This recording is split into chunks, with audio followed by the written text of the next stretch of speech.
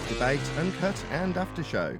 I'm your host Nathan Oakley, and if you are new to this channel, or you've not done so already, then be sure to subscribe, hit the bell notification icon and join button if you'd like to become a Nathan Oakley 1980 channel member and keep up to date with the Flat Earth Debate.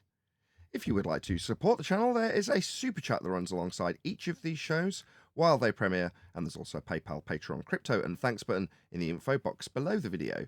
Speaking of Patrons, I'm going to do a quick shout out to all of you who do support me on Patreon. So a massive shout out of thanks and appreciation to Amish Aether, Giuseppe Montesano, Naughty Thumbnails, Mitch Kennedy, Original D-Rose, Rod, The Name's Burley, Twodwazzle, Jason Hornsby, Christoph Fournier, Flat Earth Travolta, JMails24, Unimento, M, Iron26, Endless, Flat Earth Sage, Goldie McKiernan, Phoenix Rising 86, Retro Bill, More Books, Cannabear, Fiber Oats, Bogey, Michael Kahn, John Kays, Patrick Gunnels, Banter, Mel B. Styles, Hairy Blade, Mobile Max 777, Rob W, Reese Pound, Del West Watson, Maria Neeland, Unbelievable Productions, Blue Ridge Ranger, Henrik 86, Abraham Mohammed, Skeptic 936, Life is Short, Texas Mike, Tina Baker, David Wayne Foster, and Dank.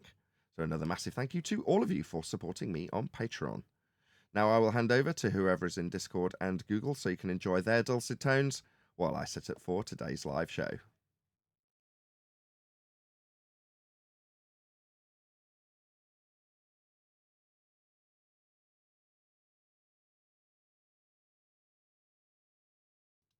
I saw the video on this completion. It's just interview of a flat earther,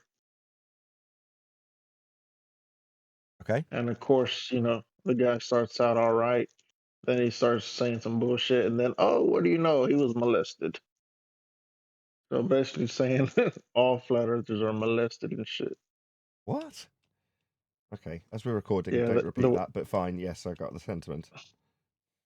yeah, they just spin it all of a sudden. All of a sudden, he's a kook. He's bisexual. Okay. They did the best job to discredit him. I see.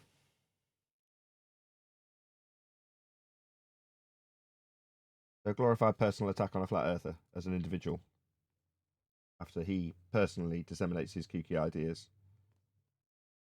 Some of which, from Yeah, what he you're... starts out all right, but then shits the bed. Sure, but from what you've disseminated, some of it is strictly speaking in the social norm, but yet being ridiculed anyway. You mentioned him being bisexual, so that's being ridiculed in it?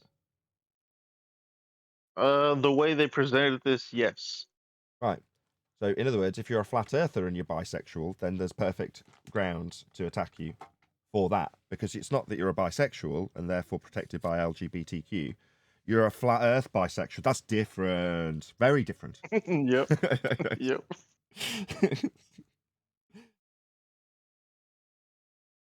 Yes, very interesting.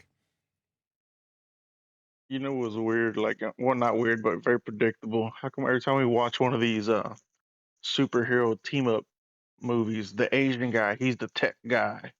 The American, the broad muscle guy, he's the brute, And the English guy? And it's always The villain. yeah. Yeah, the English guy's the villain, yeah. But he has a nice suit on. What's up with you guys and being so proper?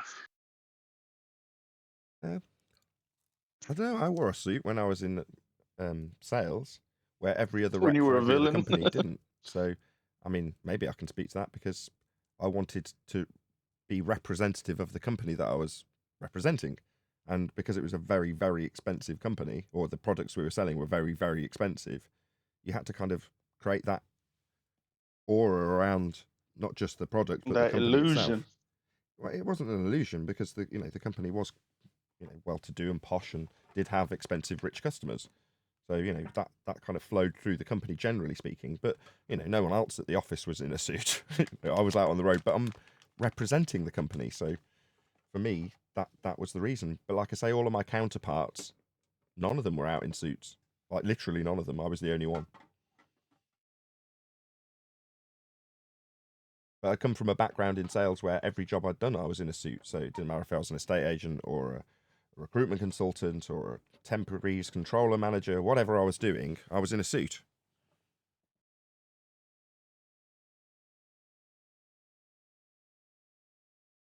Store manager, same thing.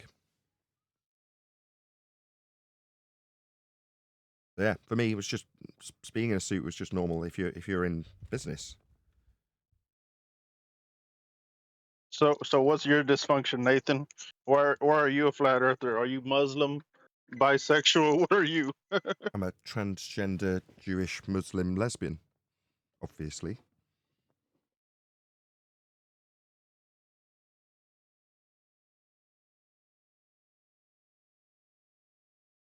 I got a job. I came off the tools once and got an office job where it was 50%. Well, yeah, 3-4 days in the office and then a couple of days out on the road. But I had to wear a suit and shirt and tie because I was overseeing contracts and making sure things were being done correctly. There you go. You heard it.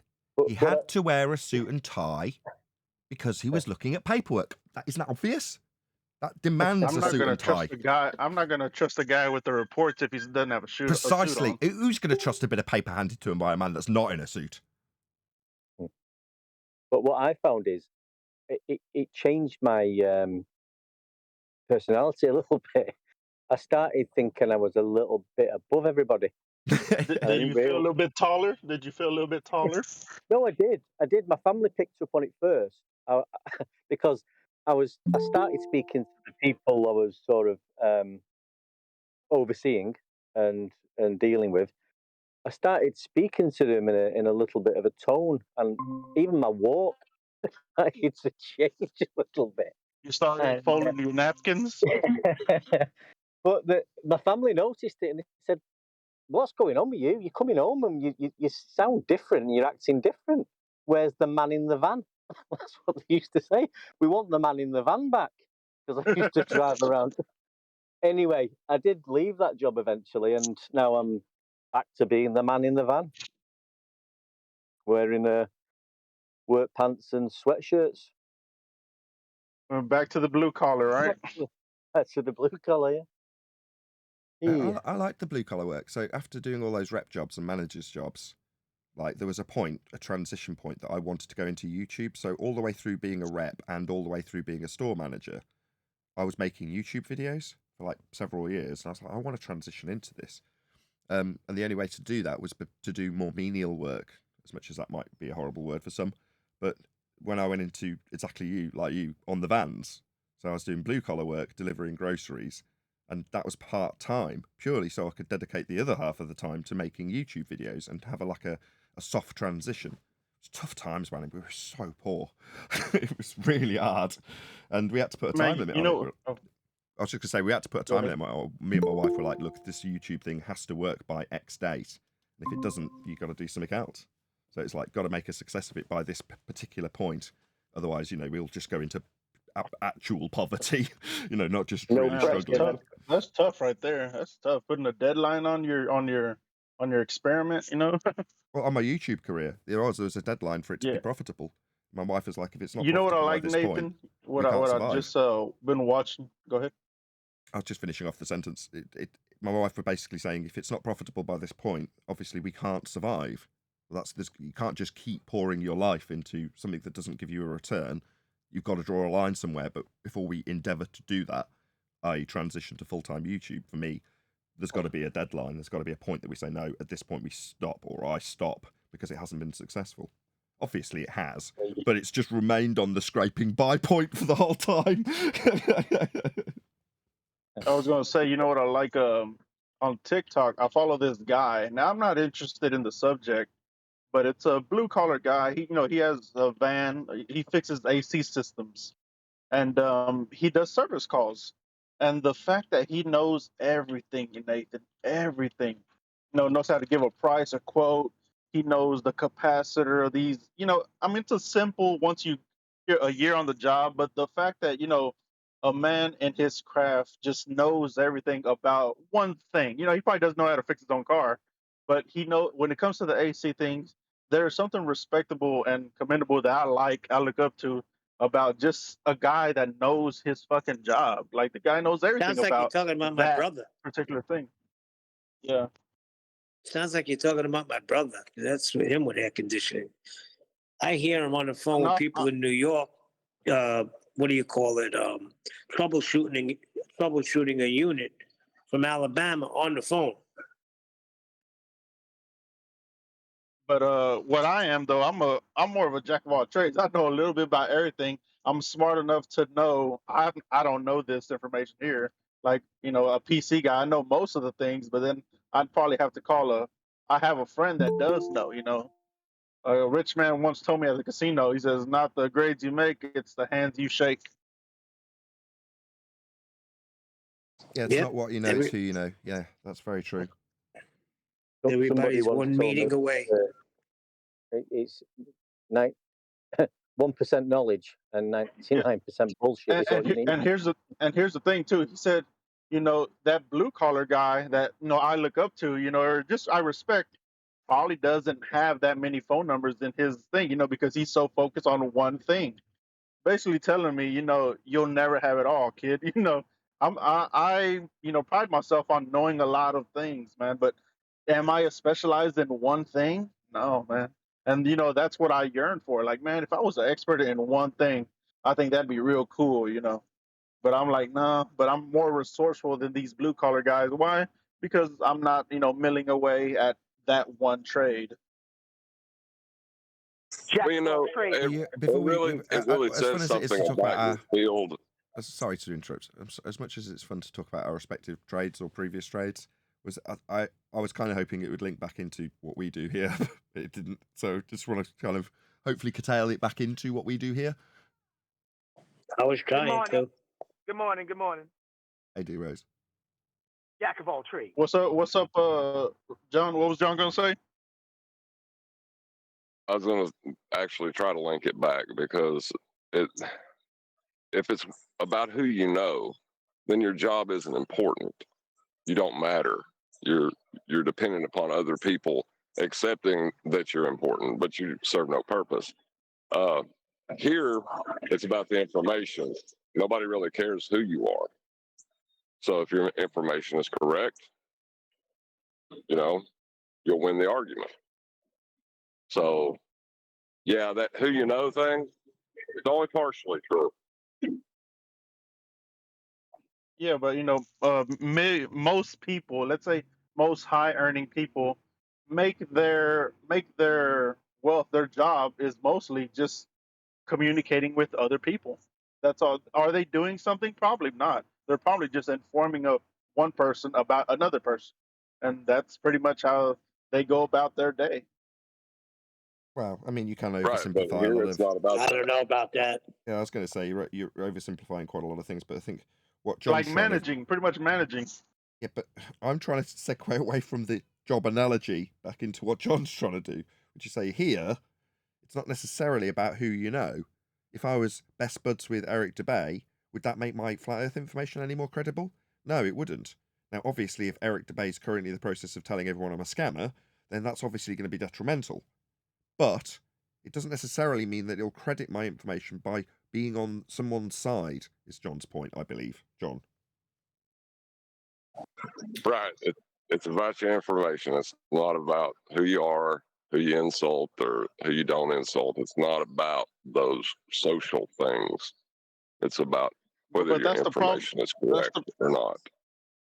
That's the problem that's here right now, right, John? It's if the wrong person says it, you know, if a political figure says something, it's wrong. You know, I don't have to be a barber to shave my own face. You know, it's all about who Right. says it. And it shouldn't be that way. The messenger matters. Well, on a Shouldn't be that social way, though. scale, yeah, to average normies, it does. It really does matter. In other words, if you've got Michael Jordan endorsing your trainers, your shoes, your sneakers, then they're going to sell because it matters to Yes. average Joe. Well, we aren't dealing with average Joe. We are very much censored from average Joe's view for a reason. So you've got to fight. You're not going to just stumble upon us, right? You're going to be passed the information on from a party that knows what we're doing and has presumably pre-vetted you to either have you have a nice reality shock when you get here, or because you're seeking that type of information. In other words, there's very much a path to us as opposed to a general politician's outlook on the world where he's just got a general overview of everybody that's within his political influence sphere, which is vast. Well, that's very different here. You know, if you get here and you're like, well, who does this guy know? It's like, oh, well, you're in the wrong place, clearly. And likewise, if it's easier to do the comparison rather than with jobs and people, to compare it to education status. Matters not that Professor Phil Bell comes here. Doesn't matter. Doesn't make any difference to the information he disseminates or the idiocy that he disseminates when he contradicts himself. Does it matter that he's contradicted himself as a professor? Well, for him, it might be slightly more humiliating. For anybody who's taken information from him and has read because he's a professor, it might be slightly more embarrassing. But does it matter about the information that he puts out there and whether or not it's right or wrong? No. His status does not matter. Likewise, who you Yeah, associate Nathan, with doesn't matter. but when people stumble upon this YouTube page, as I did before I did Eric Dubay, I saw this Nathan Oakley guy, and I was like, it went right over my head. I knew I didn't know the topic, but the size of the panel, like, man, this guy, if he's talking out of his ass, someone's gonna correct him and shut him up right now. And the numbers is what kind of convinced me, because I don't understand all of the information. I understand about 60% of it, but the introduction to you was so harsh. It was unpalatable, because I'm an average Joe. I didn't understand the argument putting forth. I just know these people have this ridiculous claim, and I wasn't here to understand it. And I think that's what happens to most people when they stumble upon this. The information is too vast. Sure. It's too No, I get that. complicated. We don't have. Likewise, for me, with heliocentrism.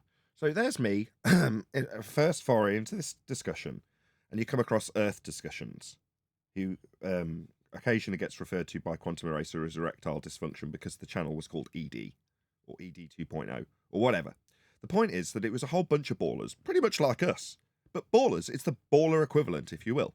But they're just sitting around chatting about how Earth is flat, and occasionally somebody would stroll in and say Earth is flat, and they'd just take them to pieces.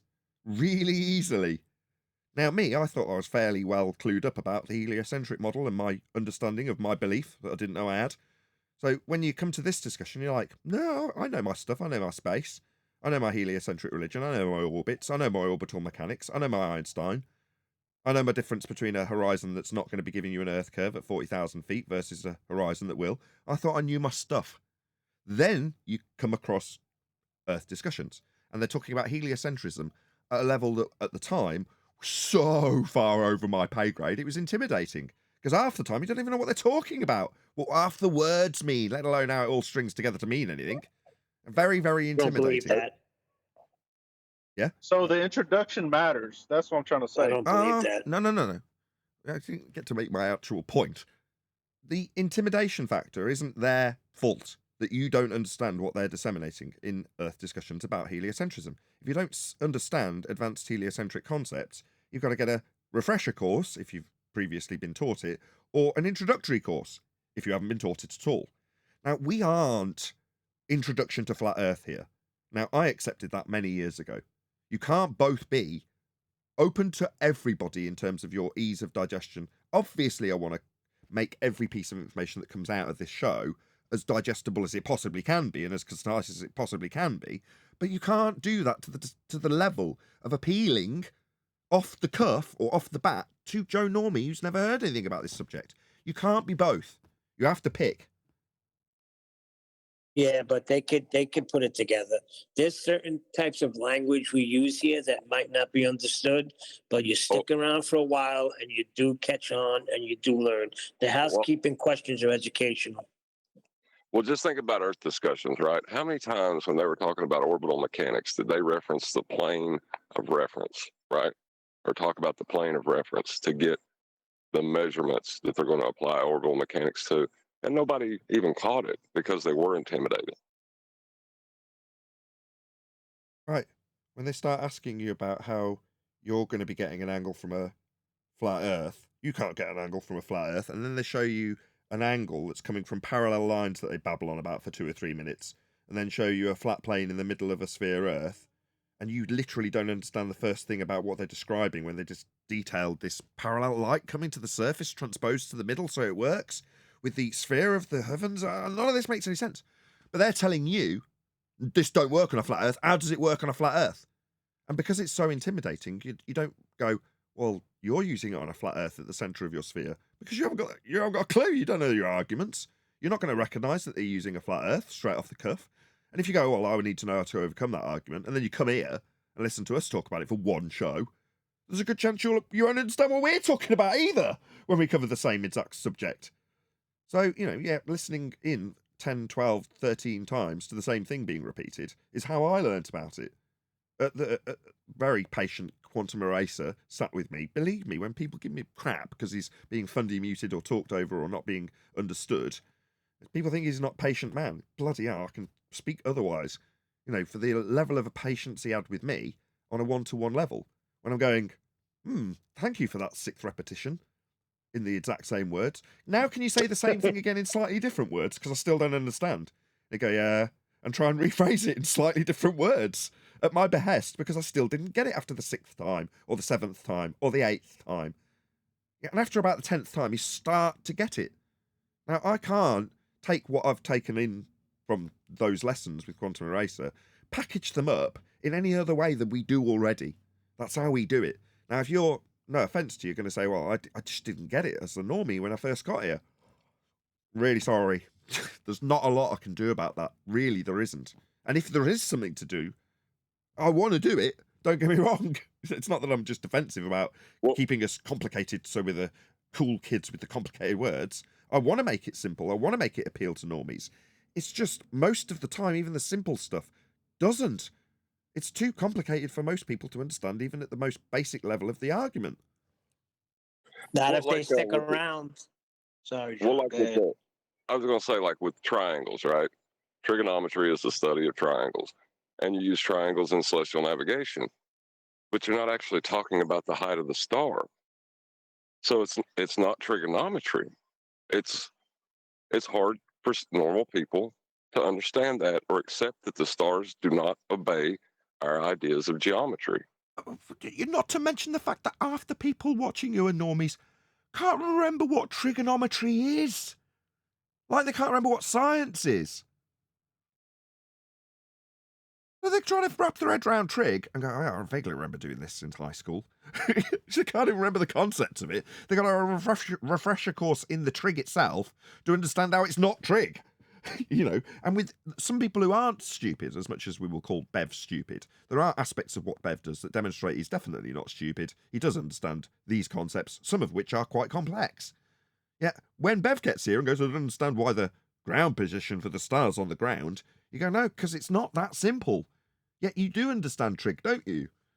Yeah? So, yeah, it does need some more explaining even to the most advanced of us. You know what I mean? Well, see, somebody like him, right? He makes the statement constantly that geometry offers its own proof, right? And the thing is, like, the horizon is not obeying geometry. The stars aren't.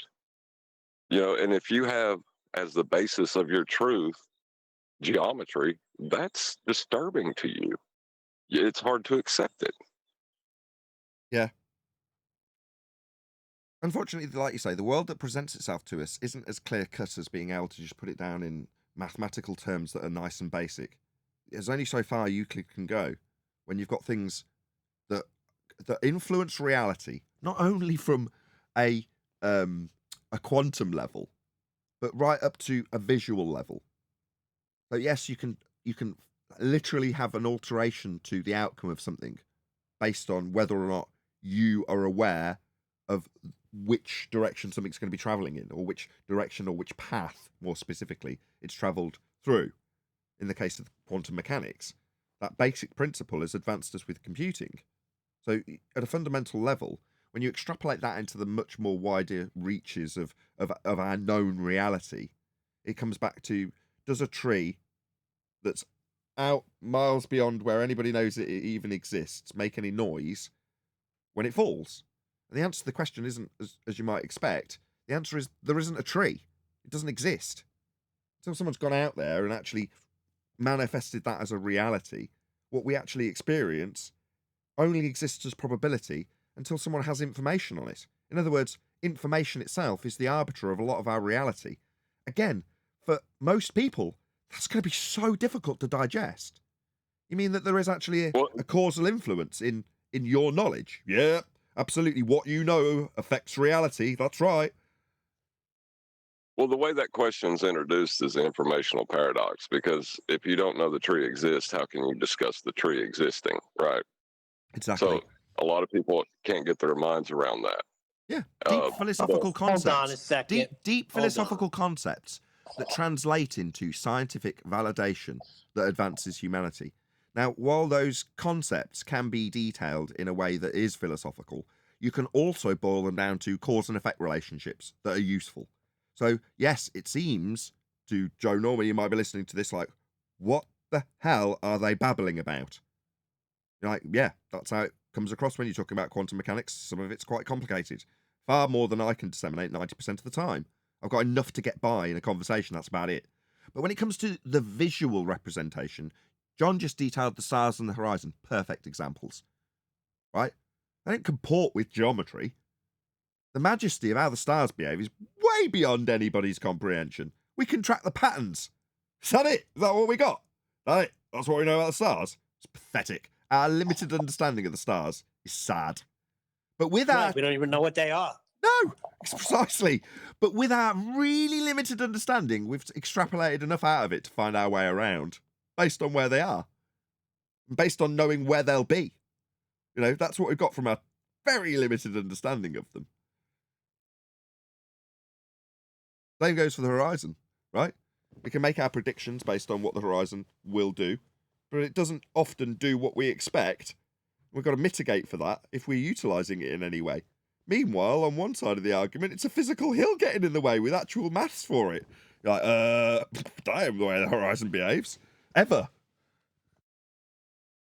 right. But even in their math that they use to claim that it's a physical hill getting in the way, they still have a differential between eye level and sea level.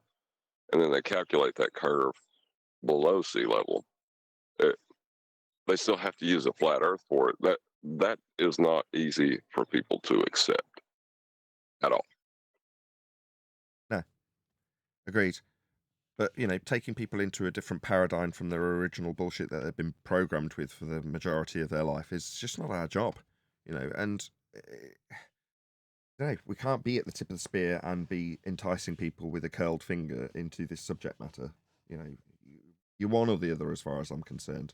And that's why we can't necessarily condemn all the work of people like Mark Sargent when they're introducing reification fallacies and azimuthal equidistant projections.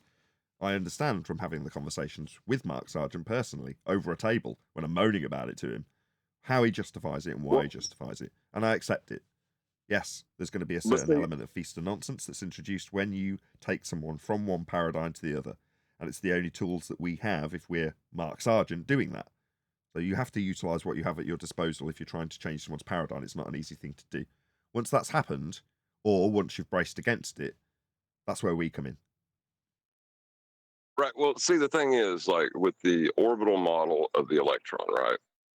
I can say for a fact that is not how an electron works. There is no orbits. That's ridiculous. But if all I'm trying to do is teach an electrician how to work on a circuit, all he needs to do is understand valency. And the orbital model is the easiest way to learn about valency. So things can be useful depending upon your level of that's required for your understanding of the subject. So I don't think I would decry Mark Sargent either. No, it's whether or not you work outside of the convention in most instances, both with Mark Sargent and with electricity in this example, right? So if you're using it to describe how someone can then perform a function and they understand the concept so that they can perform the function, and after understanding the concept, they do perform the function, then that's a success. If they take the explanation and extrapolate it out into a worldview, that's a problem. Yeah, same goes for Mark Sargent, where he says, this is how the world might be if it wasn't a globe, and then he presents an azimuthal equidistant projection. If the person who takes that information goes, so the world's that? No. The world isn't that. I'm just saying it's this versus that, so you can see the difference. You can see how that's globe-shaped and this isn't. But without the visual representation, it might be a struggle for you to even conceptualize something that isn't globe-shaped, because you've been so indoctrinated with it.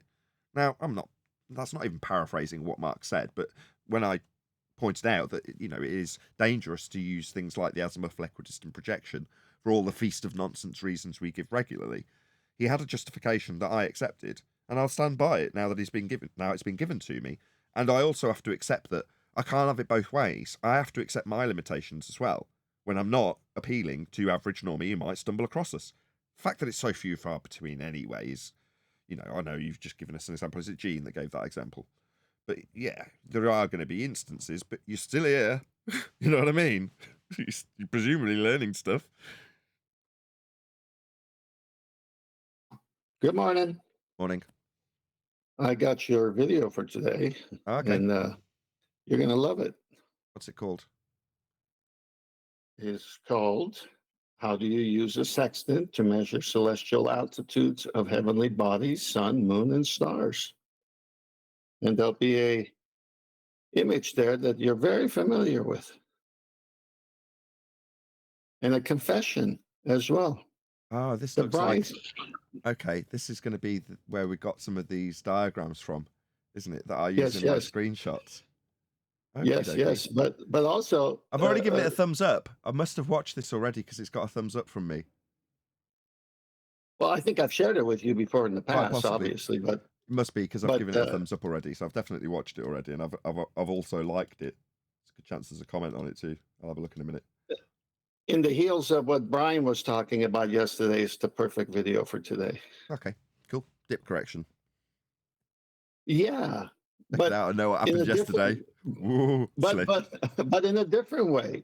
Instead of saying that word, saying it from the other side of the knowledge of what you got to do and what the sextant is doing. So you'll pick up on it. It's right at the beginning part. It's pretty solid, and this will help Righteous Force too for his question.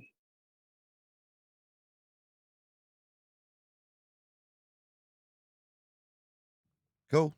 Excellent. Yeah. So the angular relationship of the sun, moon, and stars for celestial navigation and distances on nautical miles, because it's obviously got to be the sexagesmal Babylonian system because it's in degrees, minutes, and seconds. And so it's always going to be 60 nautical miles, whatever that area is measured, because in statute miles, it's not 60, it's 69. So it's got to comport to reality. So if, let me see if I could take a stab at it. John's kitchen, John was able to make it a globe. Okay, how did he do that with a flat kitchen floor? Well, he'll tell you that, or go watch his video.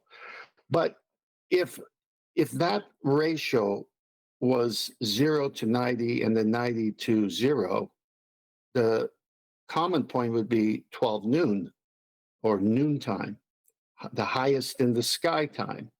So when the sun is highest in the sky, it's at its zenith over the earth. But if you're 90 degrees away from it and you're at 0 looking, to you it's sunrise. To you it's sunrise. Even though it's highest in the sky there for that guy, it's your sunrise if you're proper distance away. The angular relationship puts you at 0 looking at the noon or highest point of the sun, which is overhead of that guy, but to you it's just beginning of the day for you. And then when it's at your noon, it's that guy's sunset, because it was over his head, but now it's at 0 for him. But that's where you were looking at him. But now it's over your head and he's looking at it going away from him.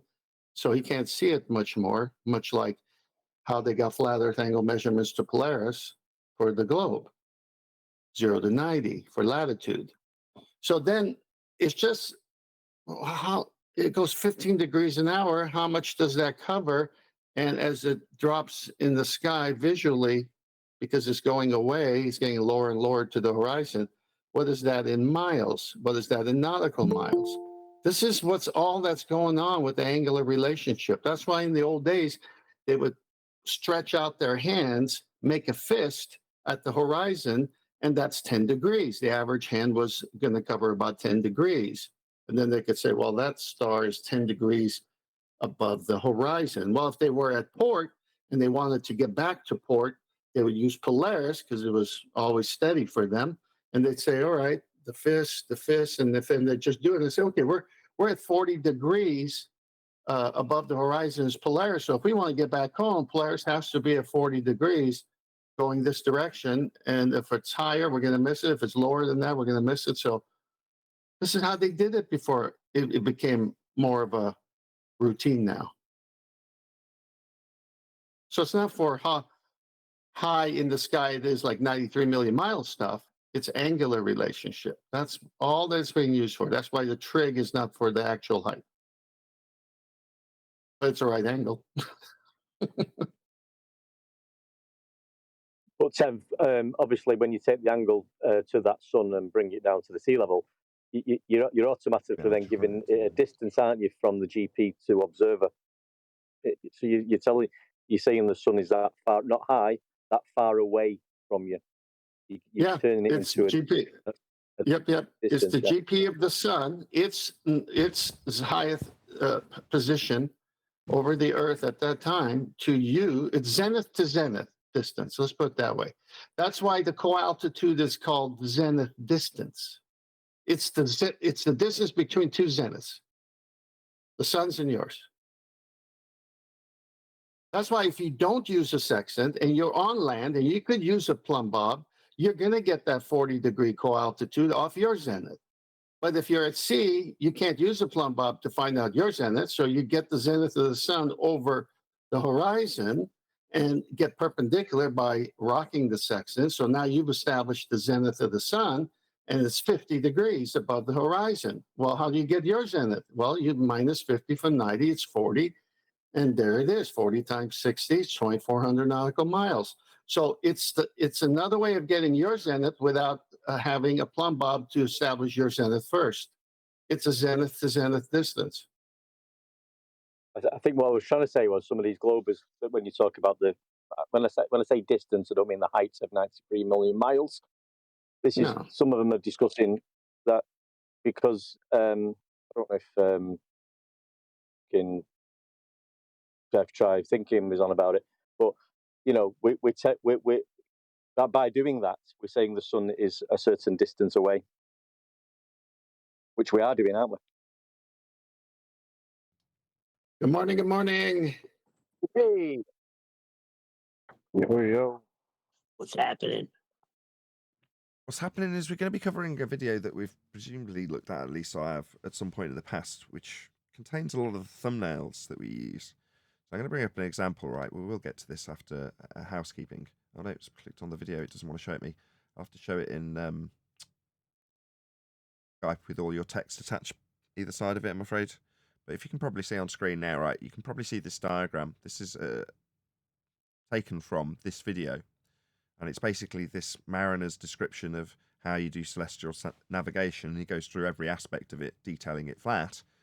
And then at some point he throws up this diagram because this is essentially what would happen on a spherical version that doesn't have any flat lines to give you base for your measurements. Anyway, we'll be covering that. So in the meantime, we'll do a little bit of housekeeping if that's all good by you guys. So any evidence of a physical geometric sphere edge? That's a horizon, formerly known as Earth curvature. No, there's no evidence of a hill that gets in the way. That's physical. There's no hill in the lake. Hello. Hello, Arwin. Any scientific evidence of gravity? Why are you interrupting me, Nathan? If Sorry. it was Chikey guy here, if there was scientific evidence, they wouldn't be saying today it's no longer true. It wouldn't change over time if it was ever true. If you're a Nathan Oakley 1980 channel member, you can check out Chikey's reasoning behind getting banned, which is basically based on him lying multiple times upon defeat. So denying the very premise of the argument that he's having about a baseline. Celestial navigation. Yeah, that thing that we talk about all day long, every day. Yeah, the moment he lost and proved a flat earth with his example, he wanted to literally lie about whether or not he was even arguing about a baseline. He did it 3 times, at which point I said there's no point having him anymore. He's just a liar. So that was why Chaiki has been removed permanently from this conversation, because there's no point having people like that. You know, I don't want my audience to be poisoned by liars who literally spend an entire hour obfuscating their defeat. So I took that hour and 15 minutes or whatever it was with Chaiki, trimmed it down to about 25 minutes of actual useful discussion, with me shown to be fast forwarding through the hour of obfuscation, with him just denying where he lost over and over again, trying to circle jerk back to points that have been conceded over and over again, Fundy muting over and over again, leaving protracted silences when he's actually heard the question that's been put to him that's devastating about how he's proven a flat earth with his own example. Silence ensues, followed by Fundy muting when I'm pointing it out, a bit like Arwen's doing now, like right in the middle of the sentence. No breath has been taken, but Arwen's persisting, just like he did.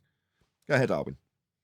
No, I just wanted to say that he would it would be deafening silence until you pick it back up to start continuing talking, and after 1 second of you picking it back up and talking, Jackie starts to talk over you, every time. Well, I edited out the majority of the Fundy muting, leaving only the points.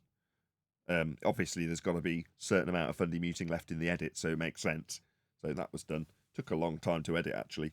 But I was doing that this morning, hence I couldn't remember what yesterday's show was about. There's another one to be trimmed out as well from the other guy that came along.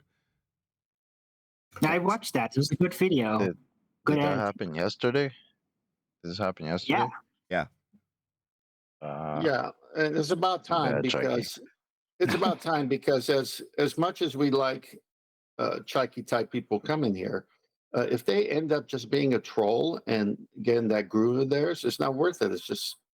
It's no longer a debate show. You're not dealing with someone with full cognition that's got arguments and you can hear it back and forth. That's exhilarating. It's just talking over, and once you're a troll, I think you ought to kick them out. You mean same old Chaiki? Yeah, same old Chaiki. Nothing changed. Same old Chaiki. Yeah, there's a long line of Chaikis that come past our path, right? Yeah. This is just another day. Exactly. There'll be another Chaiki on the horizon. And what do you know? There was in the exact same show. You've only banned a handful of people because of the same behavior. I could think of Brenda. I could think of Rumpus. I could think of Chaiki. Who's the other one? Virus. Virus was the other one, yeah. Well, exactly. They all exhibit the exact same behavior, don't they? Yep. I think one of your commenters made an interesting point on the member video that it almost seems like with these kind of globers that there's eventually going to come a point where they're going to be faced with either admitting the truth or lying. So it's almost an inevitability that eventually, if somebody stays around long enough, they'll be banned. Yeah, for lying. So it's like when you're debating about a baseline, and the invitation from Eli was to disseminate how he gets an elevation angle measurement from a curved baseline. That's what the question is on the table. It's what the question's been for the last year and a half. It hasn't changed. He gets into the wrangle dangle, pretty much straight away proves a flat earth, doesn't justify his segue to Euclid by practical example, and can't. He can only measure a flat earth. It's a flat earth proof. It's going to be used flat when he does it or we do it. It doesn't make any difference. On screen now, where it says Flat Earth Debate Live, you've got the Dingleberry Earth dangling below a flat plane. You're going to use a flat plane no matter who you are. So when he comes to actually concede that, it never happens. It's an hour of obfuscation. But in between the hour of obfuscation, he starts denying the very premise he's lost on. Oh, no, I'm not talking about the baseline. Oh, those 2 points I was talking about, they're not the baseline. It's like his opener was to say, I want to focus on the earth, the ground we're standing on. That was his opener. But then it's like, what? Unless you're going to now say I was focused on the line between us and the star, which he never got the opportunity to do because I simply wouldn't let him. It's like, well, so your opener about focusing on the ground when we're proving whether it's flat or not, total lie also. In other words, it just becomes a web of lies. But the worst, the most egregious, is when you deny the very premise you're debating about because you've lost. So it's easy to what? Because you can't get away from the thing that you've proved a flat earth with your point about the ground, the baseline. Once that is highlighted, I wasn't even arguing about the baseline. Get lost, you are useless to us at this point because, like Banter just said, it reaches the point where they've got to lie. Because they can't relinquish their religious beliefs, so they'll lie for it. Get lost, you're useless to us. I can't help but think that the other side is happy about your decision as well. He wasn't doing well for them, and it was like, oh, Chikey, don't go in there, please, please. Oh, thank you, Nathan, for banning him. Thank you, thank you, thank you. I don't want to ban anybody. I just don't want the conversation to be useless to the audience. And if what they're hearing from the opponent is that entire discussion at the end of it wasn't actually about what you were debating, the audience is going to go, what? That doesn't make any sense to me. Well, no, it doesn't make any sense because it's a lie. A lie to obfuscate, because he did it an hour after obfuscation began. So he's hoping that in the mind's eye of the audience, we're so far away from the original debate that it won't be remembered what we were debating about. So when he denies it, so he doesn't need to give his concession, he can move away from it. You're like, no. When we win, Nah. it is 8 years of battle to get to that win. You think I'm just going to give it up after an hour? No, I'll keep him there for an hour. And I did, with him fundy muting it the entire time so he doesn't have to listen to it. So he can put enough distance between his loss and his eventual decrying of the entire argument, like he wasn't even having it. No, I kept him there for the entire hour with him chanting and fundy muting till he was exhausted and saying, okay, just ban me. No, I'll force you into the position where you actually have to lie. Then I'll be justified in banning you for being a liar, which I can brand him. When he comes back, I'll go, we don't have liars here. We're looking for the truth here. Yeah? While you might mock us for it, when you overtly lie to people who declare themselves truth seekers, you're not welcome. Well, my example was more like 2 different gyms with fighters in an MMA, challenge, and Chikey comes in, is just getting pummeled. The other side saying, "Ref, stop the fight," and the ref's not stopping the fight. And it's like, please, our gym's looking bad. No one's going to join our gym based on this guy's performance, and you just kept them there, and until it was no one's going to join that gym anymore. Anyway, please share the show. So significantly lower numbers for whatever reason today and yesterday. So 60 people watching, where typically we'd probably be at about 100 round out now. So I don't know if everyone's got sick of sharing the show early on, or if that algorithmic love we temporarily got while we were attacking our own side because of their misuse of science, that was what brought the numbers in. That was worth algorithmic love. Oh, you're attacking flat earthers? Oh, well, we'll get lots of people watching. Oh, you're just talking about how the heliocentric model's absolute bunk and the people who come here to defend it are useless. 60 watching. Please share the show. I disagree, Nathan. I think that average 20 to 40 of those watchers were all Chikey, and that's why. Don't tarnish this with your bullshit speculation. I'll add too. I don't think I'll miss Chikey at all. I don't think he really brought much to the table, but I do have to admit that on occasion I do miss hearing the rumpus just from a entertainment standpoint. I totally get why you banned him. His comments about the geometric horizon and his denial about stuff that he'd said earlier was egregious, but again, I kind of like to hear his little convoluted explanations from time to time. Sure. That's right. And that's why we should eventually have a petition ready to make Nathan unban Rumpus. No, that's never going to happen. The moment you deny, again, it's where we got a win. We win with the Black Swan. What does Rumpus do? Because we've won with the argument. Denies the premise of the argument he had back at the Isle of Man. Denied the very premise of the maths he laid in front of us and was so bold to declare that it was his own maths that he'd done based on the geometry of Earth. Identical in nature to all other Earth curve maths, I might add, with a geometric limitation at 1.2 times the square root of the observer's height in feet, which we debunked. What does he do? Lie. Claim it was always refracted. No, it wasn't. I was there when you argued it. You are a liar. He had 3 opportunities to retract his lie. He chose to continue to lie. At which point, he is worthless. What? I don't decry what Banter's just said. Very amusing, was Rumpus. Had he not been a liar and therefore worthless. I get that, but you should really look at it slightly differently and just see that Rumpus wasn't as much lying to us as he was lying to himself, because I've got a panel full of cucks. Through the point. No, you are all cucks. Through the dichotomy that he had created. No, I won't stand for this. No. When I find out someone's a liar in life, I'm not talking about on the show, just generally, I turn my back on them and then they never cause me a problem again. Ever. And if they try and introduce themselves into my life, because my back is turned, they find it very difficult to mess around with my life. Very, very, very difficult. However, if I turn around and engage them, because they're either tapping me on the shoulder or like Arwen wants to do, or banter, no offense, my friends, chase after them, the bloody hell's wrong with you? You're half stepping away from tapping on NASA's door, asking them what the sky is. No, but it's completely up to you, though, Nathan, because you could literally keep him in a cage, and whenever everybody wants, get the rumpus out of the cage, and then be entertaining, and then you put him back in the cage because it's still your show. I love how Arwen's turned this into. That's all it is. Yeah, Arwen's turned well, it we into. need that too. Can I say something, please? After my S&M GIMP joke gets through to air. Yeah, Arwen's turned this into an S&M scene with Rumpus being his GIMP. I just want to say one thing about lying. Talking about teabagging all the time, Nathan. When somebody lies to you, they're basically calling you stupid because they think you're stupid enough to believe them when they lie. So no.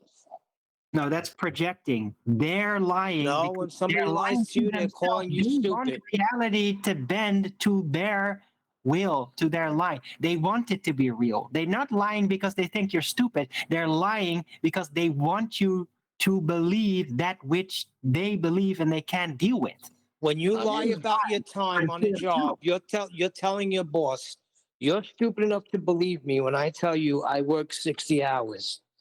It's the same thing. When somebody lies to you, they're looking at you like you're stupid enough to believe they're lying. Sorry. Yeah, I'm with Nathan on this. So let's move on to with the show, please. Yes, we've had it up on screen for quite some time lying now. to themselves first and foremost.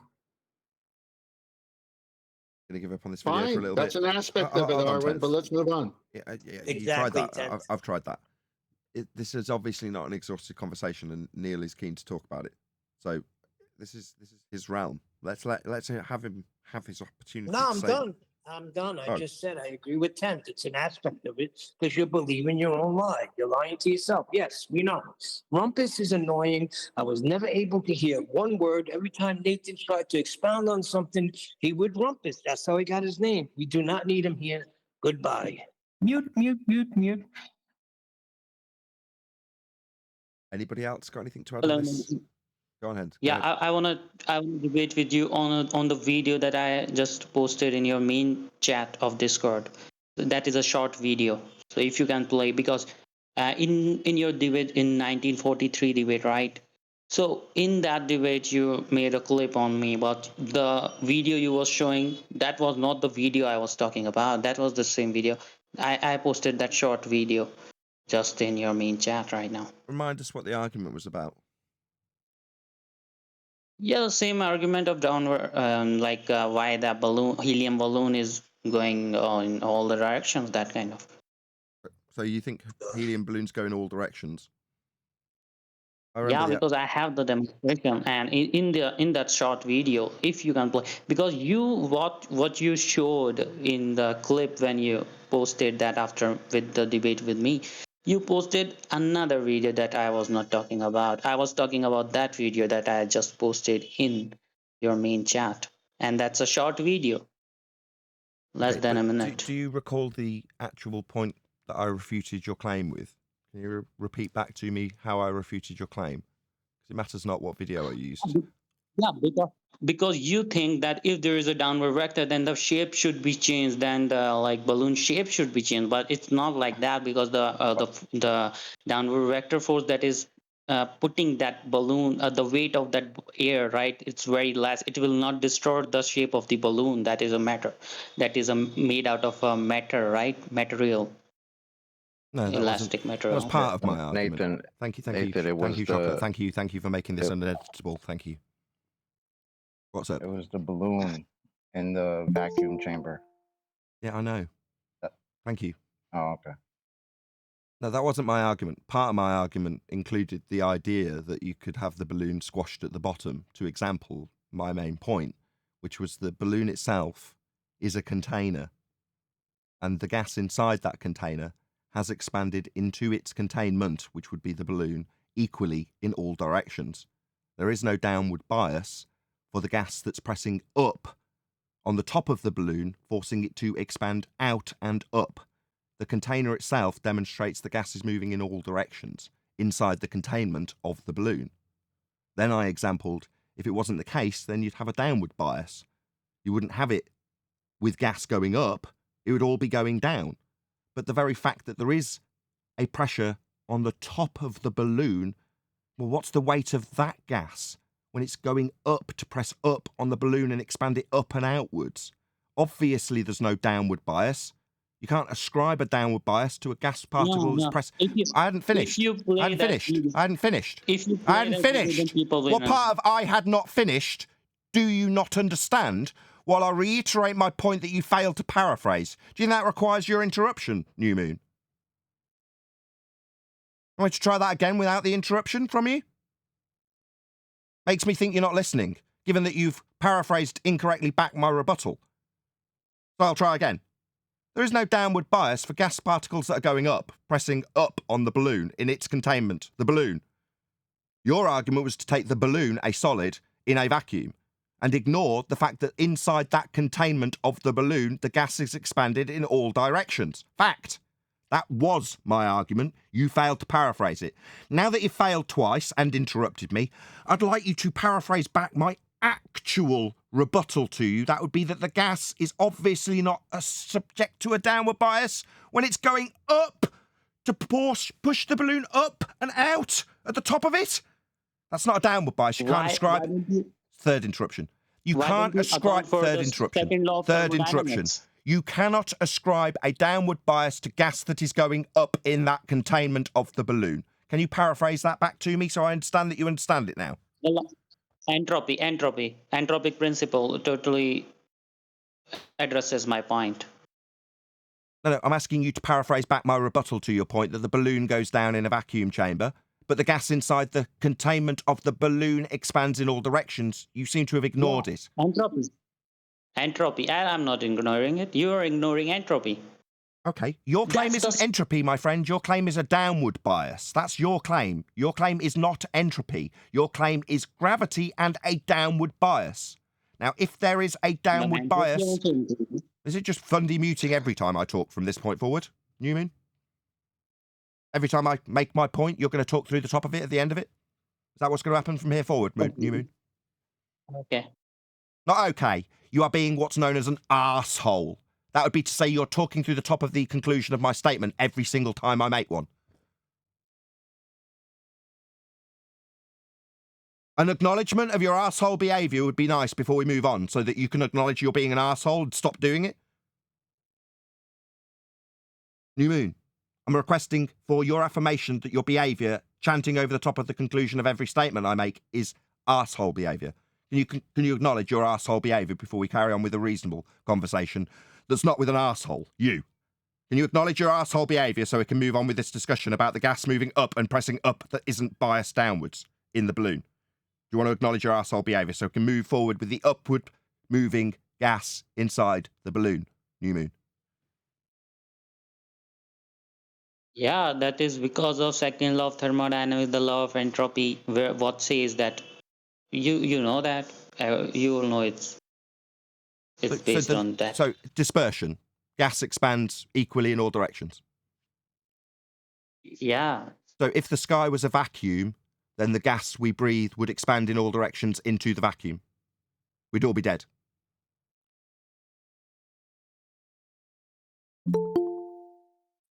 Yeah.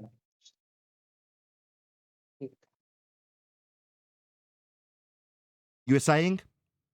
Entropy, yes. So given that there's a law of entropy, gas would expand into the sky vacuum equally, like it expanded into the balloon. This kind of craps all over your idea that there's a downward bias, though, doesn't it? Entropy debunks that notion. But you weren't fighting for entropy, New Moon. You were fighting for the notion that we have a downward bias in the form of gravity. But obviously, if the gas is going up in the balloon, it's not biased downwards. Your explanation for that, entropy. Yeah, entropy would demonstrate that the sky vacuum, outer space, is fake, because the gas we breathe would fill that space, according to you and entropy. The globe model, they have a different kind of excuse for that, and the excuse is like there is a gradient for that. What kind of gradient? So Gradient of what? Gradient of atmospheric gradient. Right, that's an oxymoron. We don't have sphere-shaped air. That's an oxymoron. It's an oxymoron. Pay attention. Do not talk while I talk. That is an oxymoron. Atmo means air. Sphere means shape. Air isn't in a shape. It takes the shape of its containment. Like it takes the shape of the balloon, or it takes the shape of the vacuum chamber, or it takes the shape of the sky vacuum. That would be to say that we wouldn't have any gas. That would be you interrupting. Is this painful? Is this you displaying asshole behaviour, New Moon? I'd like an apology for your asshole interruption. Go.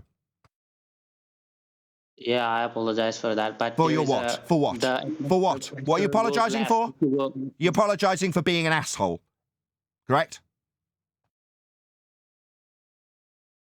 Yes, fundamentalist religious zealot asshole. I am disseminating how your sky vacuum and outer space is fake. What you are doing is interrupting very rudely while I annihilate outer space, NASA, space travel, trips to the moon, trips to the ISS, trips to Mars. I've destroyed all of it with your own standard. The entropy is the explanation for why the gas is going upwards, pressing on the top of the balloon with pressure. You've added to that the globe model, reification fallacy, we don't live on a globe model, explains it by saying we have a gas pressure gradient. Well, that would be first requiring gas to have pressure and press on something like the balloon. Meanwhile, if the actual area of volume it has to contain is space, we would be dead. Gas pressure gradients is a delta of gas pressure. So it need to press on something, and outer space is not something to press on. It would be an area like the balloon that the gas would fill equally when it expands with entropy into space, leaving us dead. My conclusion, outer space is fake, debunked by you with entropy. Thank you for debunking outer space.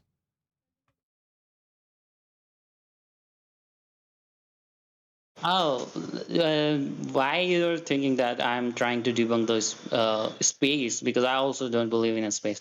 You know that, right? I don't care what you believe in. I'm telling you what you've debunked based on your notions of how gas go down, go boom, boom. It doesn't. It expands in all directions.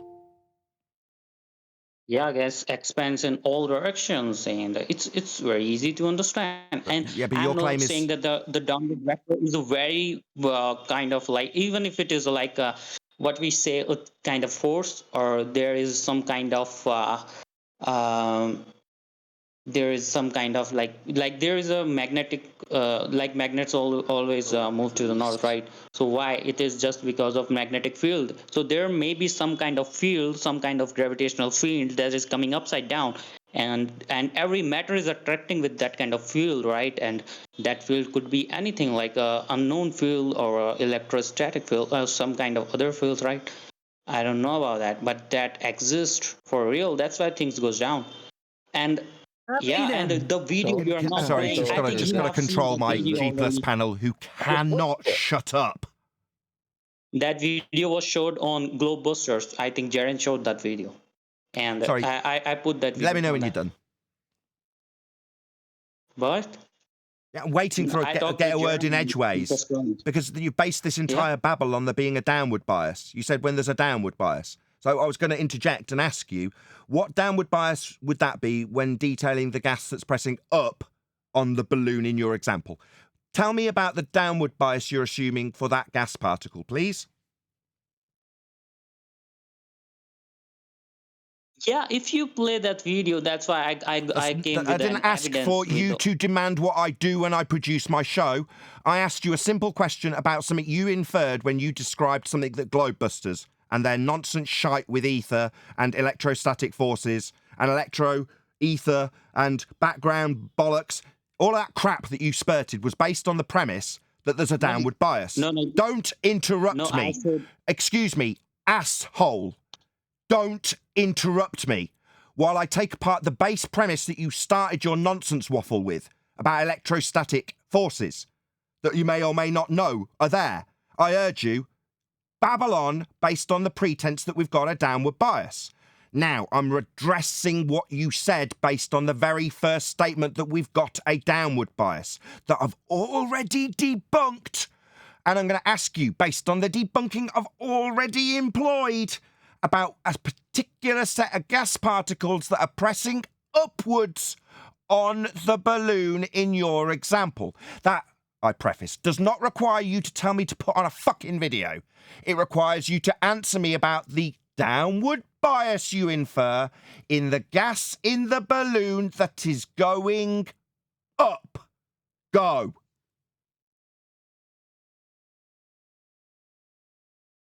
Yeah, but if you play that video, then it will. No, are you deaf or just retarded? I don't need instructions on how to produce. I need you to answer about the downward bias that obviously isn't there in gas particles going up. But for your shite you got from Globusters to work, we must infer a downward bias. There isn't one in the gas going up, and you are ignoring my question. So, fourth time. Do you not know how this show works? When you entirely ignore my point that refutes yours and try and fundamentalist zealot mute me by You also chanting ignored through my me like video, you're right? doing now, it won't fly. I will repeat it until you shut your mouth and close your line and listen. And until you do that, every time people in the show see your light flashing while I'm talking, they know you're not listening. So I'll repeat it again, hopefully without the asshole religious zealot chanting through it.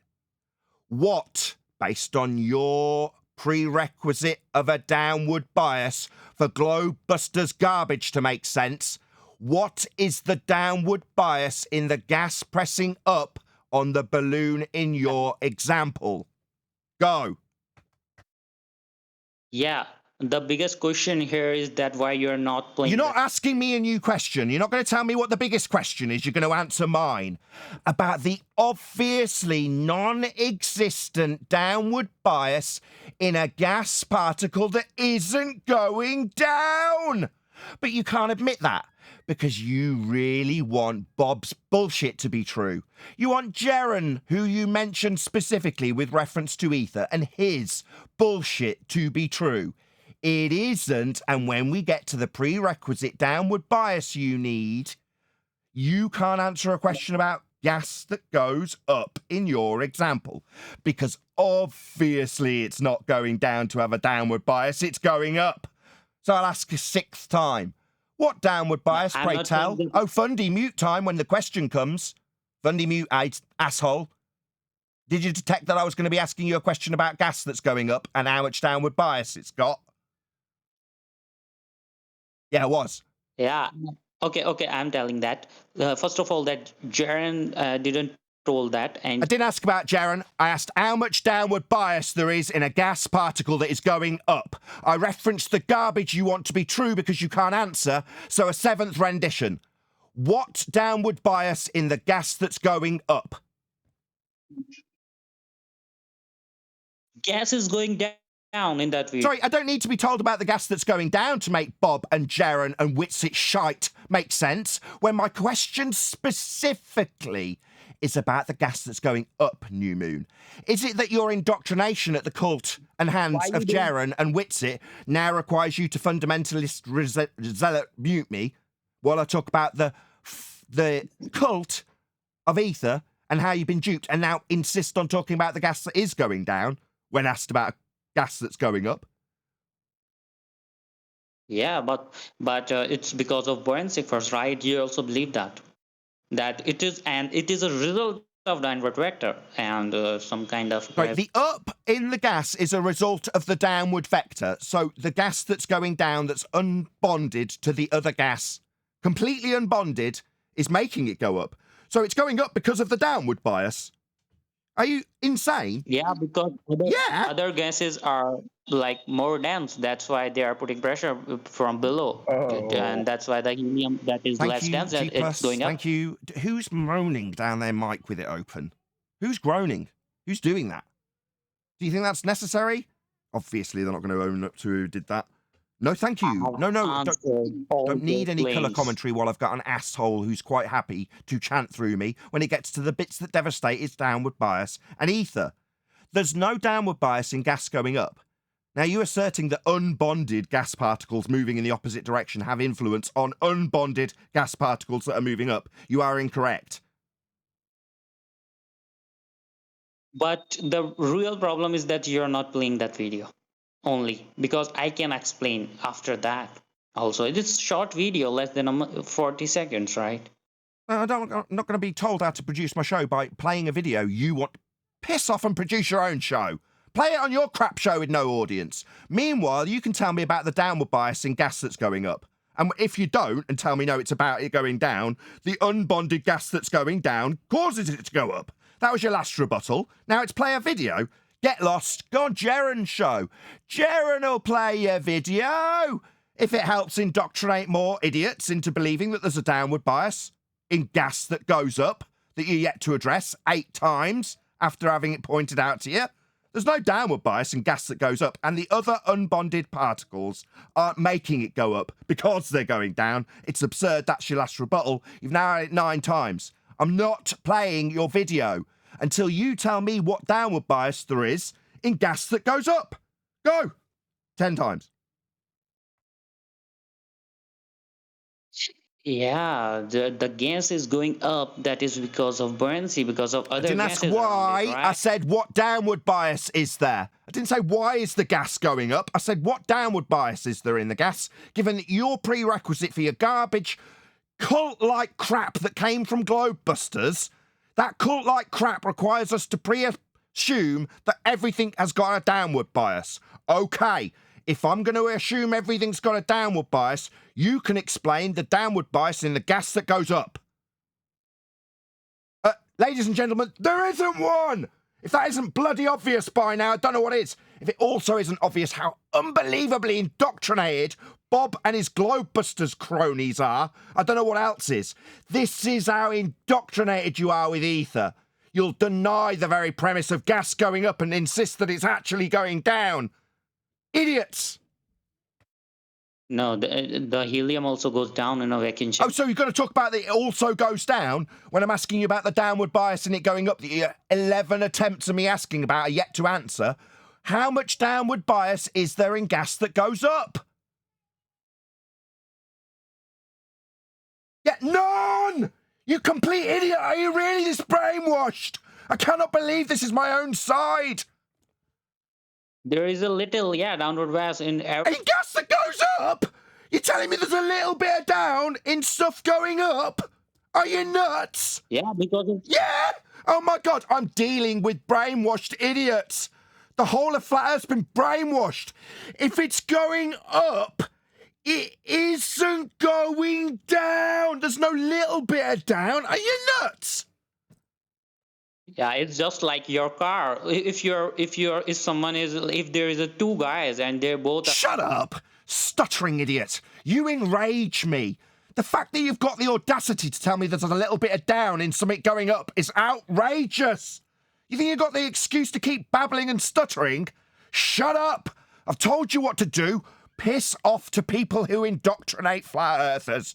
Go to Jaren so he can brainwash others with your crap. We've undone it. No, Jaren, There's no down bias in stuff going up. Doesn't mean you assholes can chant through me while I undo your cult. Jaren and Bob and Witsit's cult is being undone here. Now, I've gone beyond giving a toss about and calling me a scammer. He's got a cult. You're a member. You're so indoctrinated with this crap that you're prepared to tell me there's a little bit of down in stuff going up. You're nuts. You've been indoctrinated and brainwashed. Yeah, it's just like if you're playing a rope game. Did you not understand the first time I told you to shut up and stop stuttering? Go to Jaren. Go to his show with your crap video so he can brainwash others like you. We are not like you. We don't want your cult of Aether. Yeah, because the downward vector is over. He can't stop. He's like a machine. He cannot stop. He's got to affirm his down. It's overpowered by other things, and in a vacuum chamber, it's overpowered by the stuff going down. So the stuff going up is actually now overpowered. It's not going down. Are you insane? My God, they've been so successful in their cult. Your cult of Aether has turned people into complete idiots. And you're saying that Jaren called you a scammer. No, Jaren never called. Even you also called him a And he's scammer. also bought Jaren's lie that he never called me a scammer. I've got recordings of him saying it to me. Are you nuts? So when Jaren has literally called me a scammer to my face, you're prepared to go down on his tripling down that he hasn't called me a scammer? Wow! Your cult leader, Jaren, is so effective in his brainwashing that after calling me a scammer to my face, you believe that he hasn't done that because he said he hasn't. Wow, he's got such a stranglehold on his cult, hasn't he? Wow. You also did the same, bro. And it doesn't like a very big deal if you are bro, calling her. are you out of It's your right. mind or This what? guy's You both nuts. were He's doing a absolutely right? brainwashed, Chocolate. Are you actually out of your mind? No, Like, are you okay? because Nathan Oakley is saying because he called him a scammer, so he don't want to like every like global. Yeah, that's not even a Everybody- sentence, dickwad. That's not even a coherent sentence. So when you can string together a coherent sentence and you've got the brainwashing of Jeranism and Globebusters and Witsit gets it out of your bloodstream and you can appreciate that something going up isn't a little bit down, when you can appreciate that, you'll be welcome back. Till then, you're absolutely infuriating because you're a brainwash moron at this point. You're a cult of Ether brainwash moron. Go away, brainwash moron of the cult of Ether. I don't want you here. You're sending me nuts. You see the damage that Yeah, show no. caused? I think today This- Jaren is going to discuss with FTFE. I couldn't give a shit what Jaren's doing with his cult. This isn't a platform to advertise the cult. Go back to it with your video. No. He will show that thing. I don't care what he'll show. Is this guy not getting it? I don't want this to become some platform advertising Jaren and his cult of Ether. I don't want it. Just go away. Kick him out. Let me in. I don't want Well, to be over on this side. he said Please helium go. goes down. Hang on. He said helium goes down in the vacuum chamber. No, He's it doesn't. I know. He just said that. So he must have popped that balloon. Yes. It goes in all directions. No, it would go in all directions in the available space, you dummy. It's going all directions in the balloon. I think Yeah, Eli new wants to balloon. get in Yeah. somebody. Yeah, to conclude the actual argument, the balloon is a container and the gas expands into the balloon in all directions. There's no downward bias. If you pop the balloon, the gas would fill the vacuum chamber equally in all directions because there's no downward bias. When he asserts that it's got a downward bias, guys, what's the downward bias in the stuff going up? And he perpetually, repeatedly tells me about it going down. It is utterly infuriating. Also, on a slightly calmer note, quite admirable. I mean, if Bob was still alive, fist bump. Wow, Bob, I'm impressed with how well you've indoctrinated your cult members of Ether. I mean, they're so obedient that you can literally call someone a scammer to their face and then tell your audience that you haven't done that and they'll believe you because they're so indoctrinated. It's incredible. What a job. What a number. Well, there's no such Also, thing as just to up, be clear- really. It's just less down. Yeah, and just to be clear, he's making it sound like the video that there's a flattened balloon in it. It's the same video as the other one. It's just the balloon is still expanded equally in all directions. It's just going down to the bottom of the vacuum chamber because the change in the density of the medium makes the material that the balloon is out of go down. This isn't really that hard to understand. Yeah, exactly. The helium that's contained in the balloon is contained so it can't fill the chamber while it's in the balloon. And because the balloon is more dense than the no medium of the vacuum, the whole lot goes down until the pressure goes low enough for the balloon to burst, and then the helium fills the chamber. Is this the level of stupid that they have over there? Why did you say Yes. that, Nathan? Why did I say what, one deck? Why didn't you just say that? I did. About 13 times. So, You see the damage they done? is anybody talking? I can't believe that half of Flat Earth is basically in a cult. Yeah, it was a lot of damage Globebusters has done. Right, well, a lot Yeah, of people it's a sad day. a lot of people turn out to actually need a replacement for the globe they lost. Right? They know it's fake, but that doesn't mean that they don't need something to hold on to for themselves, because they're used to being dependent. They grew up being dependent on a something, which was the globe. Mic check. I hear you. You know what's amazing here? What's amazing here is that both sides know how the globe lie was hoisted on mankind. And now something a lot more simpler to prove is a lie. That side, Globebusters, Bob, Witsit, Jaron, vacuum chamber, downward bias, we just went through. They believe all that. It's like people can't reason and logic for themselves anymore. No discernment. My goodness. So, you know, it's like when sorry, mate. It's like when we were talking about science versus pseudoscience and how the people using gravity to dupe people into yada yada yada. It's almost like people silently disagreed. I mean, because how could you believe in the same phenomena? Well, it's not a phenomena. I'm sorry about that.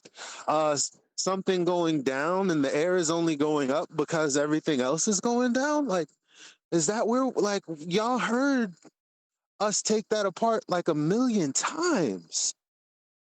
Where's your mind at? They're pushing the but ether. It all he goes said back it. to ether. He said it himself, though, without realizing it, that the air that's going up is going up because it's less dense. Like, he did say that in the middle of his talking about a downward bias that's not affecting the air that's going up. Oh, I'm sorry. There's no such thing as up. It's just less down. Yeah. I'm just going to say though, came it's like on, I think everything that's going on at the moment with everybody, it's like I think it's like a clearing out of the dead wood. All this, these Witsits and Gerons and everything else. We're clearing the dead wood out now. This is what it's all about. Just going to be us in the end. That's how you prevent the fires, man. That's how you prevent the fires. Yeah. Brian comes on with a concise summary of the whole thing. We've seen videos of the helium balloon with extra, when they take the pressure out of the vacuum chamber, it pops. Where does the gas go? It fills the chamber. We've all seen that. They've seen that. And look at this guy fighting what he's seen. Totally ignoring everything Nathan said. Just wants to get to that video. They want their ether. Well, that's my point. But where's the video of the gas? Hang on, Chuck. They could see it all happening, but because ether must live, they got to deny what they saw. That's correct. Seems like you think this guy was smart enough to get us to segue away from the video on celestial navigation today? Because it's a shame we're not going to be able to cover it. You can't divine the guy's motivation. He just wants his ether to be true. He's a cult member. He's heard the cult being attacked. Now he wants to defend the cult. Nathan, you got me very nervous, Nathan. Pardon? I thought you were gonna have a heart attack. Because it's infuriating. He was already wild. Even if tonight, we can't, right? As even it if we is, can't prove ether, can't disprove it. Right? So you can't disprove something in science. Oh wow. That's why dark matter and dark energy exist. Oh, he's still alive. Look at this. He's still alive. Okay. Yes, you can disprove things in science. You can only prove your alternative and disprove your null, or prove your null and disprove. There's that asshole interruption. There's that asshole interruption. So I'm disagreeing with you and giving an example of how you're wrong, and you're interrupting the conclusion of it because you're an ether-believing cult member asshole. So let's try that again, asshole. Do you want to say I'm an asshole and I keep interrupting things that disagree with my ether belief? Do you want to say that before we move on with a reasonable discussion where an asshole doesn't interrupt the conclusion that makes him wrong? Your statement, don't need any affirmation from me, I'll do it without, was that you can't disprove things with science. You can only prove your alternative and simultaneously disprove your null, or prove your null simultaneously disproving your alternative. Those are the only outcomes from science. So while you say, no, you can't disprove things, that's all you get from the end result. One thing disproven, A causing B. and one thing proven, A not causing B. One can only be true, and one will be disproven upon experimentation, making you, New Moon, scientifically illiterate and stupid and wrong. So, do you understand, given I've just given you a breakdown of how the empirical method of hypothesis construction can only facilitate one wrong and one right outcome, proving one thing, alternative hypothesis, disproving the other, null hypothesis, that would make you wrong when you say science can't disprove? Do you understand how you were wrong, New Moon?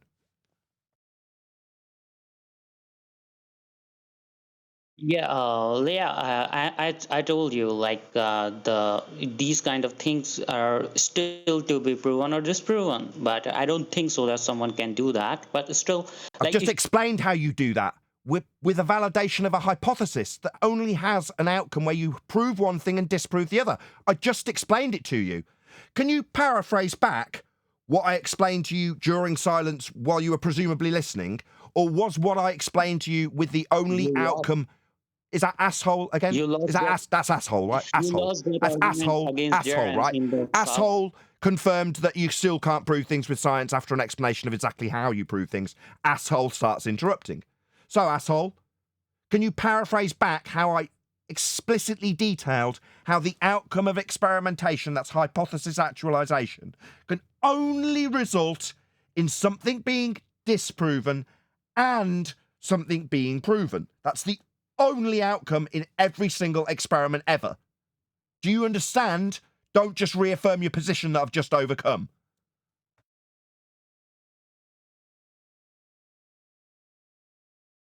Do you understand? Do you understand? Because if you say yes, I'm going to get you to paraphrase it back. If you say no, I'm going to repeat it differently. No, but you repeated. So no, you don't understand how science proves and disproves things. I don't need a waffle after your no. So just to affirm, you don't understand how science proves and disproves. You don't understand that. With scientific method, are you talking about that? Do you not understand a simple closed yes or no question? I have just explained hypothesis actualization to you. Do you understand what I explained? Yes or no? Yeah, I understood that. Yes. Excellent. Please paraphrase back what I explained to be hypothesis actualization to my audience. Go ahead. Yeah, when we like make a hypothesis, then at that time we think that we are going to prove something or disprove something, and if we prove this thing, then we are disproving the things that are not proven, right? So it is making that kind of right. Like if we have two hypotheses and if we proved one according to you, then we disproved other, right? That is, I think, the simpler way to tell. But yeah, what you talked it about Jaren with Jaren in. Sorry, I don't want to move on to Jaren. I want you to understand that when you said it can't disprove things, but you've just summarised my point about how it disproves things, that you now understand how bloody wrong you were. Let's not talk about your cult leader. Let's talk about you, the subservient cult cuck, and how he was wrong about what Jaren told him when Jaren said science doesn't prove, and you parroted that incorrect shit here and have now paraphrased back exactly how it disproves things. So you understand how wrong you were, New Moon. That's what I need from you. No, don't be a weasel. No. Yeah, it's not a call. No. Not asking you to affirm how much of a cult Jaren's group and Globebuster's group and Witsit's group is. I asked you to affirm how wrong you now understand to be, based on your statement that science doesn't disprove things, and then paraphrasing back exactly how it disproves things, based on it can only have one or other outcome, one of which is disproving something. You affirmed, paraphrased it back accurately. Now you just need to concede that you were wrong when you said the polar opposite of that, based on the shite you got from Jaren, who's an idiot. So don't focus on Jaren, focus on how you, the cult subservient cuck, were wrong when you said science doesn't disprove. Don't be an asshole and chant through the conclusion about what you now need to do. That would be affirm how wrong you were with your original statement I've challenged. and you paraphrase back how wrong you were, so you just need to affirm, yeah, I was wrong about that when I said science can't No, because disprove.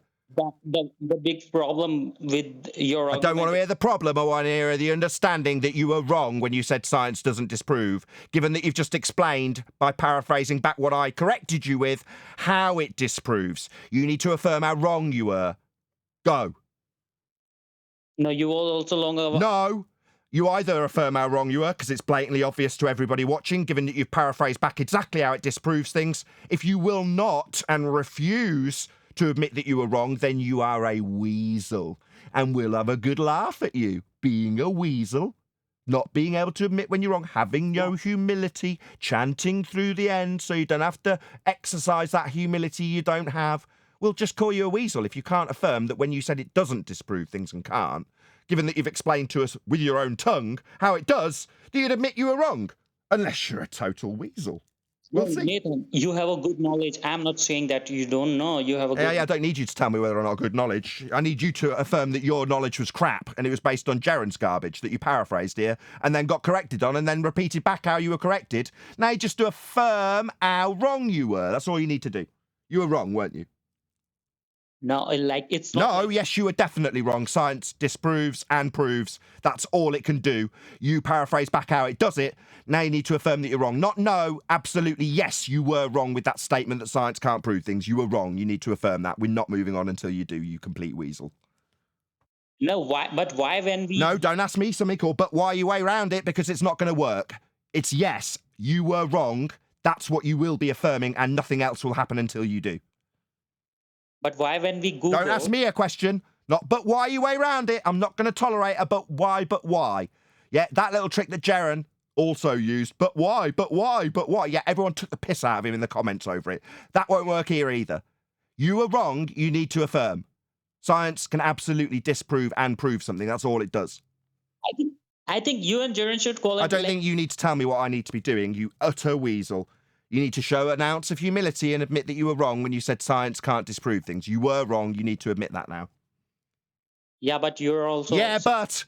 Not yeah, but, because that's incredibly weaselly. Just yes, I understand, by way of my own affirmation, repeating what you corrected me with, how wrong I was. That's what you need to say. No. No. Well, then you're not welcome. If you can't have an ounce of humility, then you're not welcome, because everybody here has humility. If you haven't, then you're not welcome. No, the reason... No. Well, then get lost. Someone kick him out. You can come back tomorrow when you decide to grow a pair of balls and admit when you're wrong. Okay, last thing. Get lost until you can grow a pair of bollocks and admit when you are wrong. Until then, get lost. You're not amongst friends. We all have humility here and commit when we're wrong. You, because you've got a cult leader who's told you science can't disprove things and science can't prove things, want to chant constantly with but yeah, but no, but yeah, but no. Vicky Pollard, get lost. Come back when you've grown a pair of set. If it was a cult, why he said that you should earn more, right? Jaren said that he I don't care what Jaren said. I spoke to him. I can speak to people like Jaren. I did. Have you spoken to Jaren? You can call... No, you haven't, you stupid idiot. What you've done is paraphrased your cult leader and then done very badly, and then admitted how you were wrong, but not actually confessed to being wrong, and had the balls to man up and admit to it. Admit you were wrong. Science can disprove things. That's all it does. Coward. That's why you're backing up... Don't tell me what I'm doing. That's why I'm doing something. No, that's why you're a coward. That's why all your cult... fundy, zealot, cult, ether, muppets. That's what they are all to. You represent them here. You're just yet another cult cuck of Jaren and Bob and Whitsit. It's absolutely pathetic. You've got no balls, no humility, no decent arguments, no proof of ether. You've got a downward bias that you can't demonstrate. You can't answer questions about gases going up. You can paraphrase entropy and out of debunked space and then fundamentally ignore it for your ether faith. It's pathetic. Bro, science proved that the Earth is a globe in 100 kind of ways, right? And why you're on... No, it did not. Science only establishes the elucidation of cause and effect relationships. This is the kind of poison we're stamping out when we stop people like Jaren and Dave saying that kind of shit that you're now repeating. Science has absolutely not proven a cause and effect relationship for a globe. The globe's not a cause and effect relationship, demonstrating admirably that you, a cult member of Jaren and Bob and Whitsit, don't understand what science is in the same way they don't. If you think they're proving the globe a concrete noun with science, it demonstrates your lack of understanding of what science actually is. Clearly. What if you just Google, science itself says that science doesn't prove anything, and there are I've mainstream told you. articles about that. Too Okay. many. And Okay. Jaren showed that And that's in his great. video, right? Wonderful. You Just take that Google. just Google it search methodology to Jaren. It'll be entirely welcome. No, Because mainstream that is the articles. standard there. That standard's good enough for Jaren. So take that really top quality standard to Jaren. He'll welcome it with open arms. What's that? You can prove the globe with a Google search? Come on over. That's about the standard we hold. So off you go to Jaren with your wiki parrot and your Google search, because he'll welcome that shit with open arms. There was all kind of articles in the mainstream science websites that science doesn't prove things at the deep down level, right? And you can just Google and you will get all the results with the same. Yes, They I all had are this saying that conversation with Jaren himself. Shocking, isn't it? Yes, I've had this conversation with Jaren. Yeah, Yes, and he's an idiot and doesn't seem to understand that charlatans who use the word of science to claim they've got proof when they haven't will simultaneously decry the word of science to cover their tracks. But you see, Jaren's too stupid to see past that. So he thinks when they say on their websites, the charlatans that use that crap to claim they've got proof when they hadn't, when they say science doesn't prove, he'll believe them on that score, but disbelieve them when they say science proves a globe, a concrete noun. Something that we understand doesn't fall under the purview of science. But people who do say science proves the globe also say science doesn't prove anything. Yet we know that, but we're not at the very dull end of the sword that you are and Jaren are at, with your lack of understanding of what science does. Science doesn't prove concrete nouns, and when people try to prove concrete nouns with it, like an angular size or a globe, then we'll point out that that's not a cause and effect relationship that's been through the scientific method, because that's what science actually is. You, on the other hand, will wiki search your way to science doesn't prove anything. Look, it said on Google. Clown, take that shit standard to Jaren. That's his standard, not ours.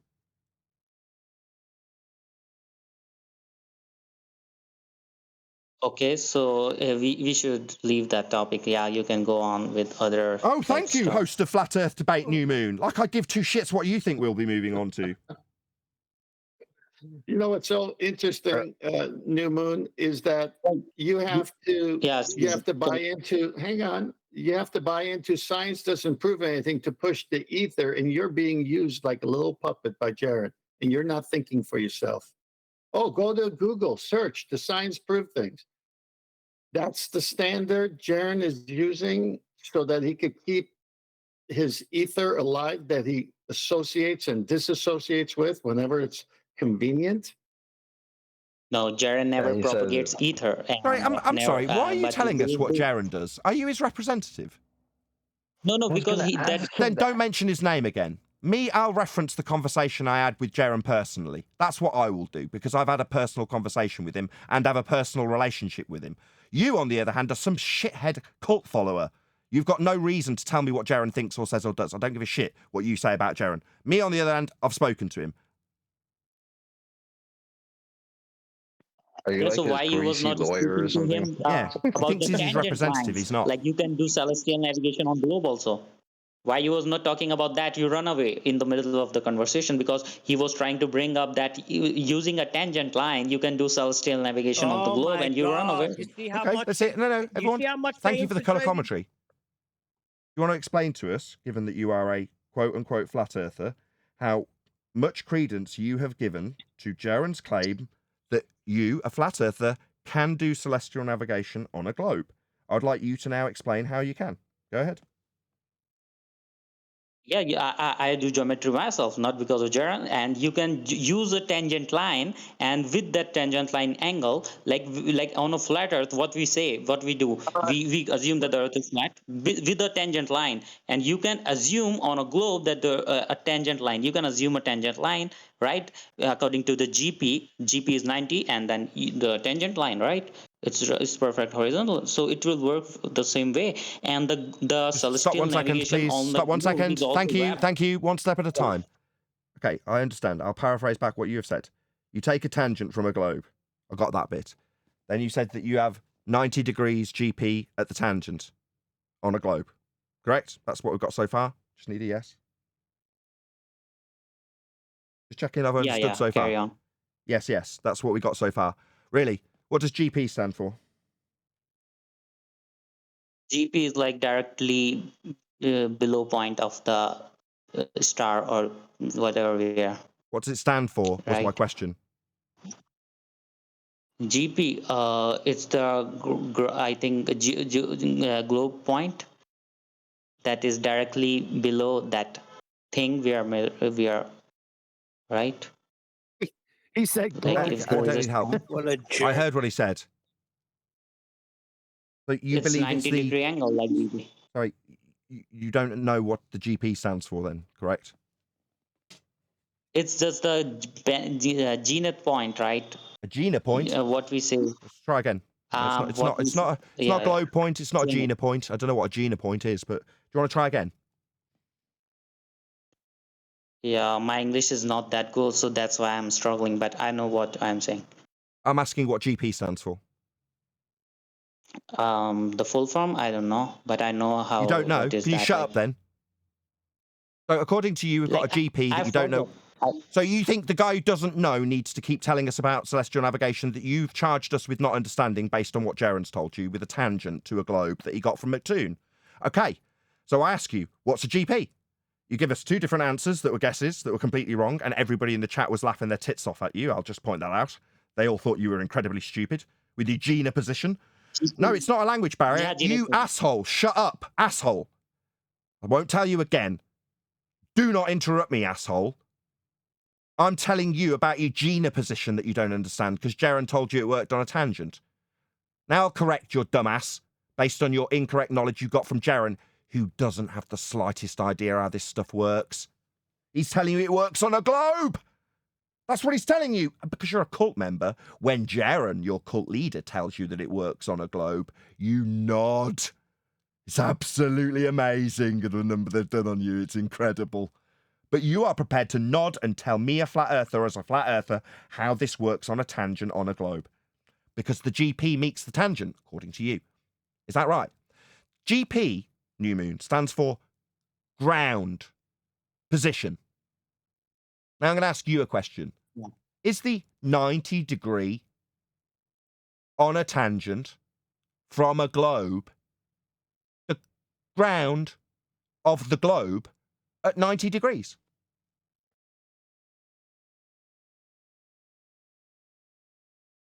Yeah, watch. So what's the problem?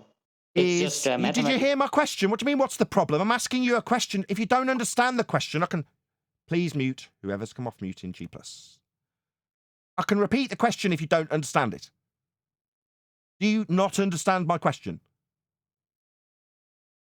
Repeat again in No problem. 10 seconds. No problem. You described a tangent from a globe. That's a globe dangling beneath a plane that's called a tangent. And on that tangent,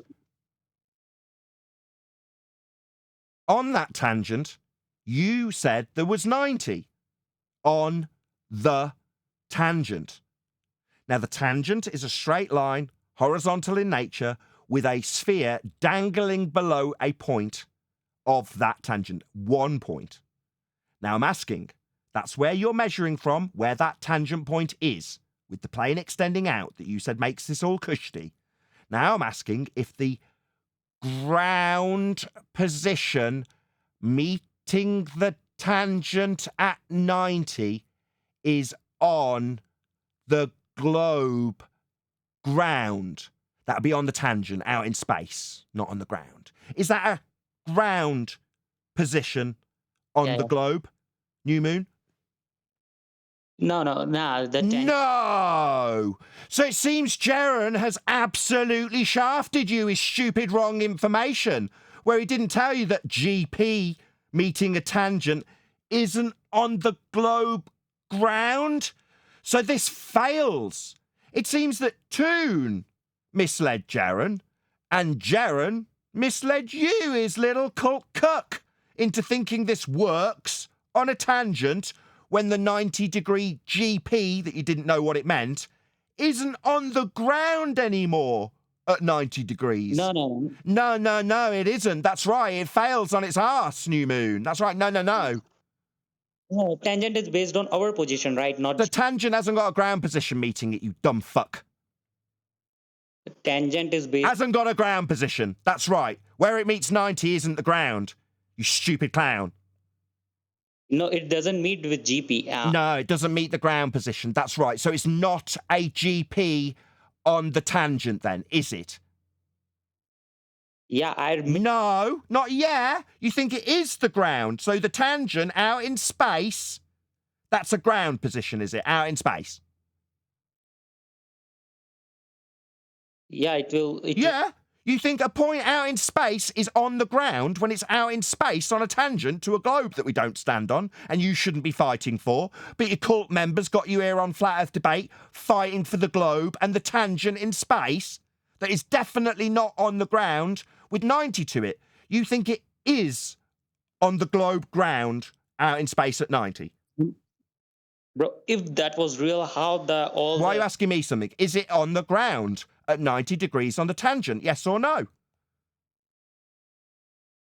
Yeah, yes, but yes. So out in space on a tangent, it is on the ground. No, it isn't. Don't you know how to conceptualize this? Are you thick?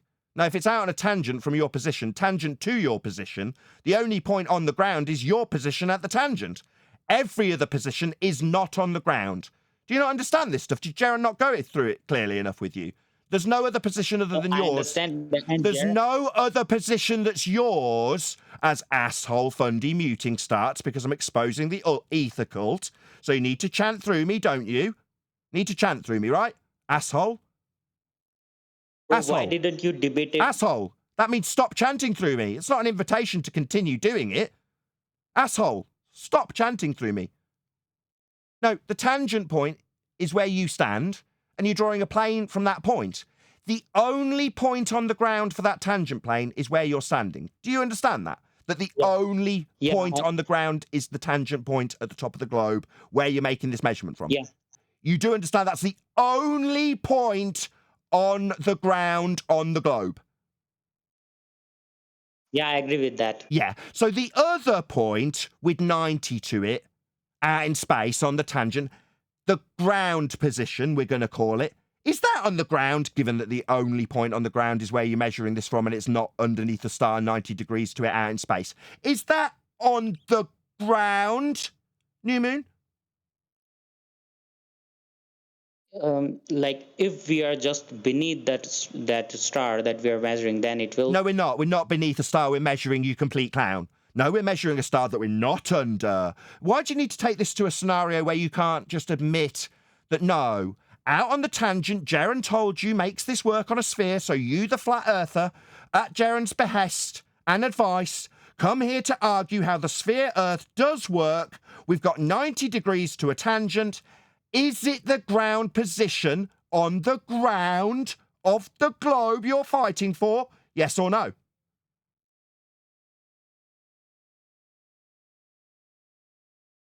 Yeah. No, it isn't. No. The only position on the ground is the tangent you conceded to earlier. If the only position is where you're measuring from, the position you're measuring to isn't on the ground. It can't be. There's only one point on the ground at that tangent point you're standing. So do you not understand that every other point except where you're standing isn't on the ground? Are you too stupid to understand that this ground position that Jaren told you worked on a sphere because you can have a tangent isn't on the ground? You yet to concede that. So it's not on the ground out in space on that tangent. The ground position's not on the ground anymore. Do you understand that now? Yeah, I don't understand that, but Oh, I'll explain it again if you're too stupid to understand. I mean, obviously, you're an Ether cult member, so you're obviously going to be stupid and need it explaining 5 times. We're drawing a tangent from a single point that touches the globe ground at that single point. From that point outwards, you've suggested, because Jaren told you in your Ether cult, how to believe in a globe. He said, while I get asshole interruptions, your cult leader, Jaren, told you how to believe in a globe and how to argue for a globe and how you're here doing it. Single point where you're standing, that's the only point that touches the globe on the ground where you're measuring from. Every point, without exception, that is not that point, won't be on the ground. Now, you're drawing a tangent from that point out into... Asshole. You're drawing a tangent out from that point, asshole. Asshole, asshole. Go on, asshole. What, do you need to interrupt me as I draw a tangent out into space that's not on the ground for you to understand? I don't have that diagram that Don't need a people diagram. You need to shows, listen. right? Don't need one. I haven't used any diagrams. None. Listen. You explained conceptually to me how you got a tangent to a sphere. Well, one point touches the sphere where the tangent extends from, where you are standing in your argument that Jaren, your cult leader of Aether, has given you to argue here for a globe as a flat earther. It's a freaking outrage. Nevertheless, you're here with your cult leader's request to fight for a globe and how it works with a tangent that moves from one point on the ground out into space. And that point out in space has got a 90 meeting it. Do you understand that, New Moon? It's your argument you gave to me at Jaren's behest, by the way. I'm just paraphrasing back what you told me. No, it's a geometry that works for the both. Now, don't tell me it's a geometry that works. Tell me you understand that the 90's meeting the tangent out in space. It's a frickin' weasels. Cult, Jaren's cult, they're all weasels, just like globe believers. What turned you into? Turned you into an anti-flat earther, just like the anti-globe flat earthers. They're all the same. You're the same. You're a cult leader. You're cult-led. Then we will. Don't tell me about the model. Tell me about the 90 degree to the tangent Jaren told you works. Does it have the ground position out in space? Yes, it does. Why is it now the 8th attempt for you to concede that the ground position out in space on the tangent isn't a ground position? Why can't you concede that? You need to fight for this globe working for Jaren. Bro, if you talk with Jaren, then he will. I have! Stupid clown. I have. I know his argument. I also told him that the ground position debunked this argument. I made it explicitly clear to him in written text message for him to peruse at his leisure. I explained this exact argument to him. You know what he did? He turned around and called me a scammer. It's because he's an asshole with a cult that's being threatened. So instead of listening to how the tangent's not a ground position, as I explained to Jaren, explicitly to him, personally, yeah, I have. Now I'm explaining it to you, shit for brains. The tangent you drew that Jaren told you would be the reason you'd win with a globe with it working with celestial navigation has a GP out in space. So it's not a ground position, you stupid idiot. Why is it 9 attempts for you to concede something obvious? As a flat earther, you should be fighting for this, not against it at Jaren's behest.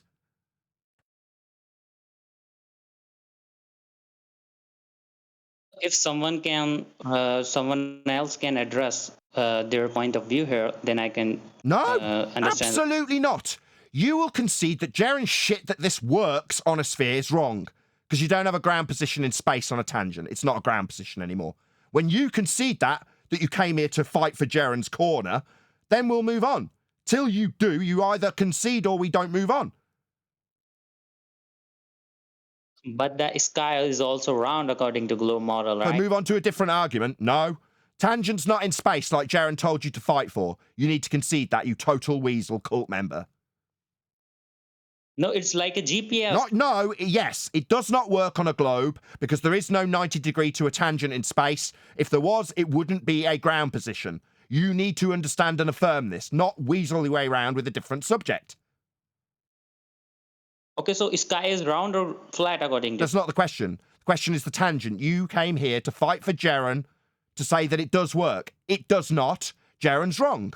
Because the degree at 90 isn't on the ground. It's not a ground position on a tangent in space. Did you see... Don't ask me something, you stuttering bitch. You need to concern yourself with how wrong you were and how wrong Jaren was when he told you it worked. It doesn't. No. If you think that you can play that video of Jaren, right, and we can explain it further. Don't need a video. I spoke to him personally, Dick. I've told you.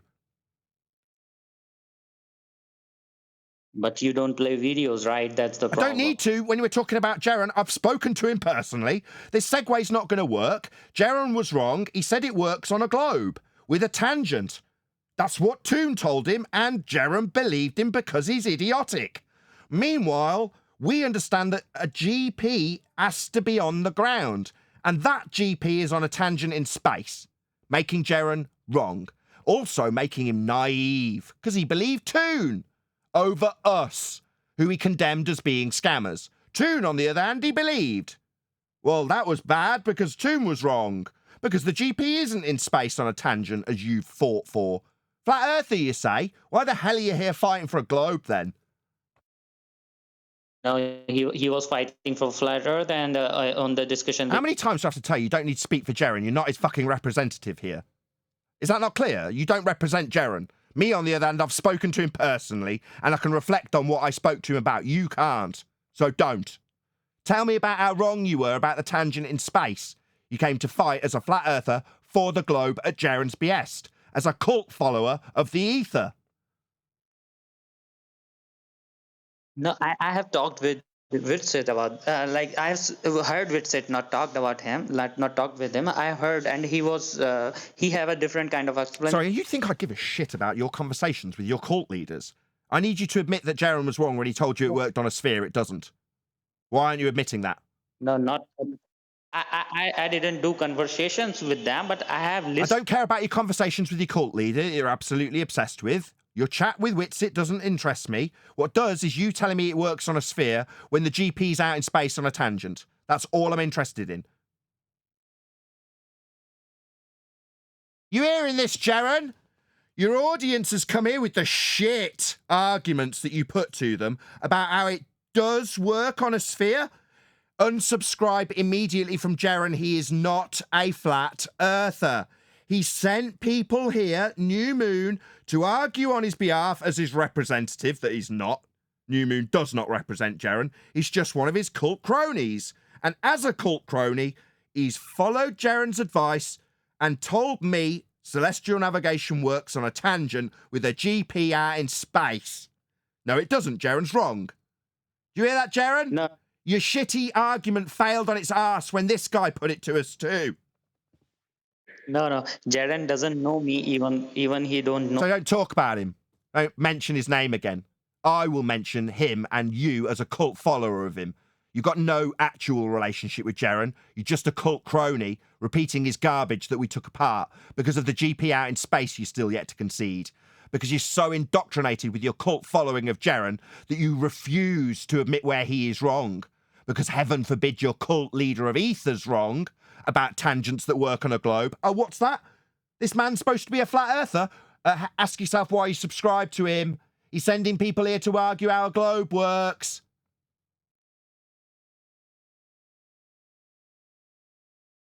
You're like a bad lawyer. You're like a lawyer that's trying to defend the case and has not spoken to his client. Nathan has spoken to your client. You haven't. What do you like? What's the point? Like, what are you doing?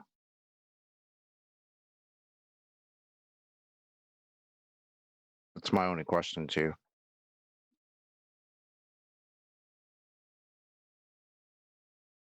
Yeah, like I think you guys should do another discussion. Nobody asked you what we should do.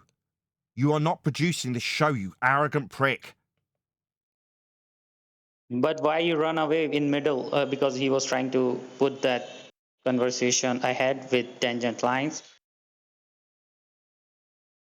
Does it have a GP meeting it? No, but So it fails. So it fails. Because it's supposed to be the ground position and it doesn't have one. So it does not work where Jaren told you it did. But in geometry it will work, right? Because it's in geometry a ground position out in space that's not on the ground. No, it fails in geometry too. That's why they transpose it to the centre of Earth, at the equatorial plane. You understand that they transpose the angle you're detailing it out in space on the tangent to the equatorial plane on a globe. Of course you don't. Your cult leader Jaren didn't fully explain this to you. That's why he said it works on a globe, and you're now fighting for it working on a tangent out in space? No, my friend. You need to transpose it inside the globe. Did you not know that? That's how you fight for a globe? Interesting that the flat earther Jaren is telling you how to fight very poorly for how things don't work on a globe, as he told you incorrectly. And we're correcting you on how it won't work on a globe, as you are incorrect about at Jaren's behest. And educating you on how the actual globers would argue this inside a globe. Did you appreciate this works in a globe for them? Clearly not. Yet your stony silence is all I need to know that your cult leader of Aether, Jaren, didn't educate you well on celestial navigation. You didn't even know what GP standed for. Yet you're here telling us how wrong we are because Jaren said we were wrong. Well, that was very, very poorly taken advice, wasn't it? Oh, you believed him? Oh, well, that was very stupid. Don't believe what Jaren says. It'll lead you to being absolutely taken to pieces here. When you say that a GP, that you don't know what it means, is actually on the ground out in space. That's not on the ground, you utter clown. That's where Jaren was wrong. And he's been told, making him complicit. Maybe he's behind the scenes having a damn good laugh at you. Because he knows this is wrong. I've already told him what I told you. But he didn't tell you that, did he? He let you go into the wilderness, parrot his garbage about it working out in space at a GP that doesn't exist, and get humiliated. But he knew it weren't a GP because I told him. Yeah, you know, I know I told him because I know when I told him. And he verbatim parroted back aspects of the things I told him, meaning he had read every word of it. But he was complicit in your humiliation, your cult leader. He was quite content to just tell you half a story about it working on a tangent out in space, on the ground out in space. Yeah, he's humiliated you, your cult leader. And he sent you here to fight for a globe. Do you not feel embarrassed? You're here fighting with a flat earther for a globe at Jaren's behest. Is that not embarrassing to you? Speaks volumes to the audience, I can tell you that much. Yeah, he left. Yeah, shocking. Let's do some super chat shout-outs. Shout out to Stephen Davis. Not sure if you want to see. I just wanted to support my comments made on Tuesday about Jaren. Have audio/video to confirm what I said he said. Well, for £5, you got it read out. I don't understand what it means. Maybe someone will clarify after the fact, Stephen, but thank you for the super chat. Really appreciate the support, Stephen Davis. Also, Duncan McLeod, who says, can we all please laugh at him for thinking there is a ground in space? Smiley laughy face. Thank you very much, Duncan. Really appreciate the support. Himsake, also thank you for the super chat. Honest question. Is the question of why up is up/down is down a philosophical question akin to asking now is now, and if the past is real? No, it's not really a philosophical question. It's a subjective question, unless you're talking about something that's got an actual direction to it, which would be the North Star. That's about it, unless you can name another one. But everything else is relative. You know, it's relative to you and your movement, what's down versus what is up. But your actual confirmable true direction, North Star, you've got something that's actual and consistent, but nothing beyond that as far as I know. Is anybody going to correct me on that? Is there any other non-subjective directions beyond the North Star? Everyone staying on mute? No, I'm going to take it as read that that's the case. All I know is that there's no up, there's just less down. You jokey, you. Thank you very much for the super chat, Himsake. Really, really good. I don't know how to answer your question. Is it a philosophical question? I mean, I could reduce everything to a philosophical question if I'm so inclined. But there we go. Thank you for the super chat. Shout out to Godzilla37. He says, I'm here to join the cult. Where do I leave my brain? Thank you, Gord. Also, Phoenix Rising 86. Don't do drugs, kids, or you'll end up believing hot gases goes to cold, used in a parlor trick to prove downward bias. Right on. Thank you very much indeed, Phoenix Rising 86, for the super chat. Oh, Anthony's joined. I've got to give him an apology. Okay. Shout out to Daniel Samin. I can never say his name. Samamingo. Probably wrong. Who gifted out 5 memberships. Thank you very much indeed. And also John Birch, who joined right at the beginning of the show as a member himself. Thank you very much to all of you. Really appreciate all of the support. First and foremost, I'm really sorry, Anthony. I jumped down your throat 5 times, and it wasn't your dog. So preemptively, without you bitching about it, I'm so sorry. And that is one of literally the only reasons why I've joined. I did join specifically to address that question that was just asked about the objective up and down. Just re-ask that question that you were just asked 1 minute ago. Perfect. So, with the exception of the North Star, are there any other examples of non-relative directions? No, that's not what you said a minute ago. Was it not? No, the question that the super chat gave. Oh, honest question. If the question of why up is up / down is down, a philosophical question akin to asking why now is now and if the past is real? Question mark. So it's not philosophical, it's relative to the human. Up and down is relative to the human. The real units, the correct axes, labels that we would normally reference if we were talking about a graph, you'd label your axes as more dense and less dense. Fish don't know anything about what's up and down. Fish just know that it's either more light or less light, more pressure or less pressure, more warmth, less warmth. But if you said to a fish, swim up, it'd have no idea what you're talking about because up isn't one of the descriptors that fish use. In the same way that birds don't fly up and down, they fly following currents or following pressure variances or whatever direction that they fly in, but they don't reference it as up or down, and neither do fish. It's only the human that references up and strictly down. true, though, is it? Because when I reference fish, they just call it, and that's what they call down. They don't call it up and down, though. That's the point.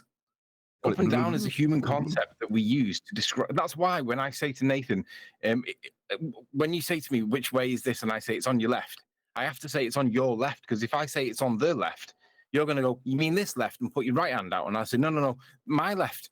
Or we get confused. The other left. Yeah, we have relative directions. So the correct unit in this topic, really, we are in a medium. It is a gradient, and we can argue all day about how it's caused. But the point is, the gradient is what denotes the up and the down. But we call it up and down because it's descriptive, but it's not objective. It's relative to the human. The correct units are more dense and less dense because it's the variation in the density of the object relative to the medium or vice versa that controls that direction, that vector, that movement that we call up and down. It's just labels we give it. Yeah, but in the theater, it's stage left and house left. Neil and Arwin. In the theater, it's stage left or house left, or stage right or house right. Right, that's cute. But I mean, left and right are definitely specific to the observer as to where it's going to be. Up and down aren't. I think this is nonsense. I've never used that. Oh, up means that if you're upside down, that down is suddenly up. No, it isn't. No, it's upside down because one side is up, and if it isn't, it's upside down because up and down are not relative directions. Right? I've also got plenty of examples where people lose an actual reference, so both in water and in air. So there's been plenty of plane crash examples where they lose their vestibular reference, and for whatever reason, the plane's out of control and the gyroscope is spinning around. Now, there's a good chance it's still actually giving them some visual feedback in terms of what the plane's doing because it's probably spinning around, right? But the point is that orientation. Yeah, they can't gain back their orientation at that point. And the same is true for some cave divers. There's plenty of instances where cave divers, they get into the cave and suddenly they lose their orientation. So they think they're going down, or more likely trying to get back out by going up, and they're not. They're going the complete opposite direction. They're going further into the cave when they think they're coming out and up because they've lost their orientation. Yeah. Right, but that's human error. That has nothing to do with the actual directions and how we use it consciously. There is no actual direction. Arwin, answer me this. There's when no I added that salt to the water, did I vary the amount of up that the egg was subject to, or did I vary the amount of the density of the medium? Depends on your perspective. Depends if you're the egg or the. Depends on your perspective. So depends if you're in the reference frame of the medium and fixed for whatever reason. Let's say you're outside of the glass and you're just watching. Then, according to you, it's gone up. So, Arwin, was the direction that the egg moved, was that in the more dense, less dense, up or down direction? Well, by adding the salt, you made the medium more dense. So which direction did the egg go? The less dense egg to go up in relation. No, not up. Less dense. That was the direction. Less dense. Well, it's going up, though. Less dense in relation to medium always goes up. That's not a relative direction. But It's always absolute, though. We're in a gradient, and the egg was in a gradient. And it doesn't matter what direction that you're looking at it from, it'll always go towards the less dense because you put more density in it. Okay, let's and you just stop cause that displacement. Stop doing this. Stop, both of you. Right. Arwen will always be capable of taking the position that he can fix a reference with respect to him. He can always get away with that, and you can always get away with pointing out that it's always relative. Okay, so this will go around in circles indefinitely. Well, not really, because there is no objective up and down. See, but Arwen's now going to reference his. Always goes up. Less dense always goes up. There's no exception. It's an absolute rule. The direction that it goes at is absolute. The relative and relative density is about the relation between the medium and the object, not the direction. The directions are always absolute. But Arwen, if we were to draw a graph and we were to label one out. If you were to draw a graph and label one of the axes as density, right? And as we put in more density, it caused more acceleration. You could understand how that line would work, right? But on that same graph, if we were to scribble out the density on the label on one of the axes and describe that as then up, it wouldn't ever make sense then, would it? Because you would be adding more density and the up value would then be changing and you'd be like, what the fuck does that mean? There's no connection. I understand now your description of what you're juggling around with a graph. No, not at all. Before a graph is observed, things have to be established, as in, is this at rest? Because then I'm going to assume that where the most dense is within it is going to be down, because that's where the more dense goes to rest. Sure, you can make assumptions, but that doesn't mean No. That is always true. No, you can make assumptions. You can say either we are assuming that we are at rest, or you can say we are assuming that we are falling or accelerating up. It doesn't matter. If you're going to have a representation, a graph, you must have that information. Otherwise, you're literally just like giving a snapshot and you don't know what you're looking at all. So are you saying that you've seen a graph where there's been a label on the graph that says we assume that the Earth is accelerating or something similar to Yes.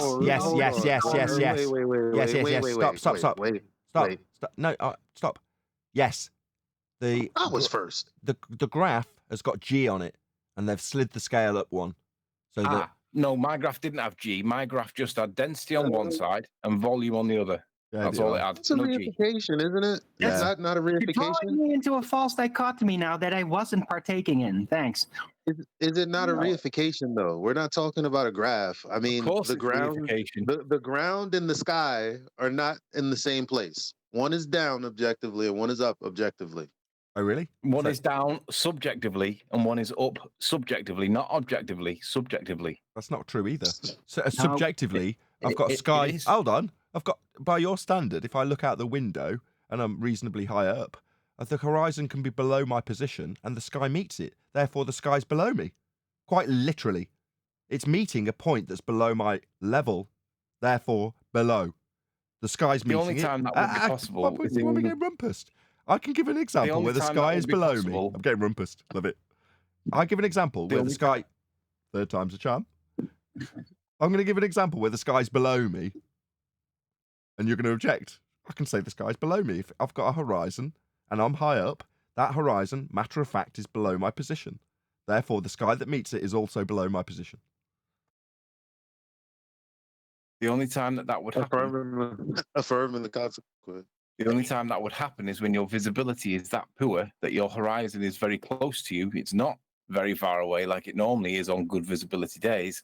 And then, yeah, that would make sense logically.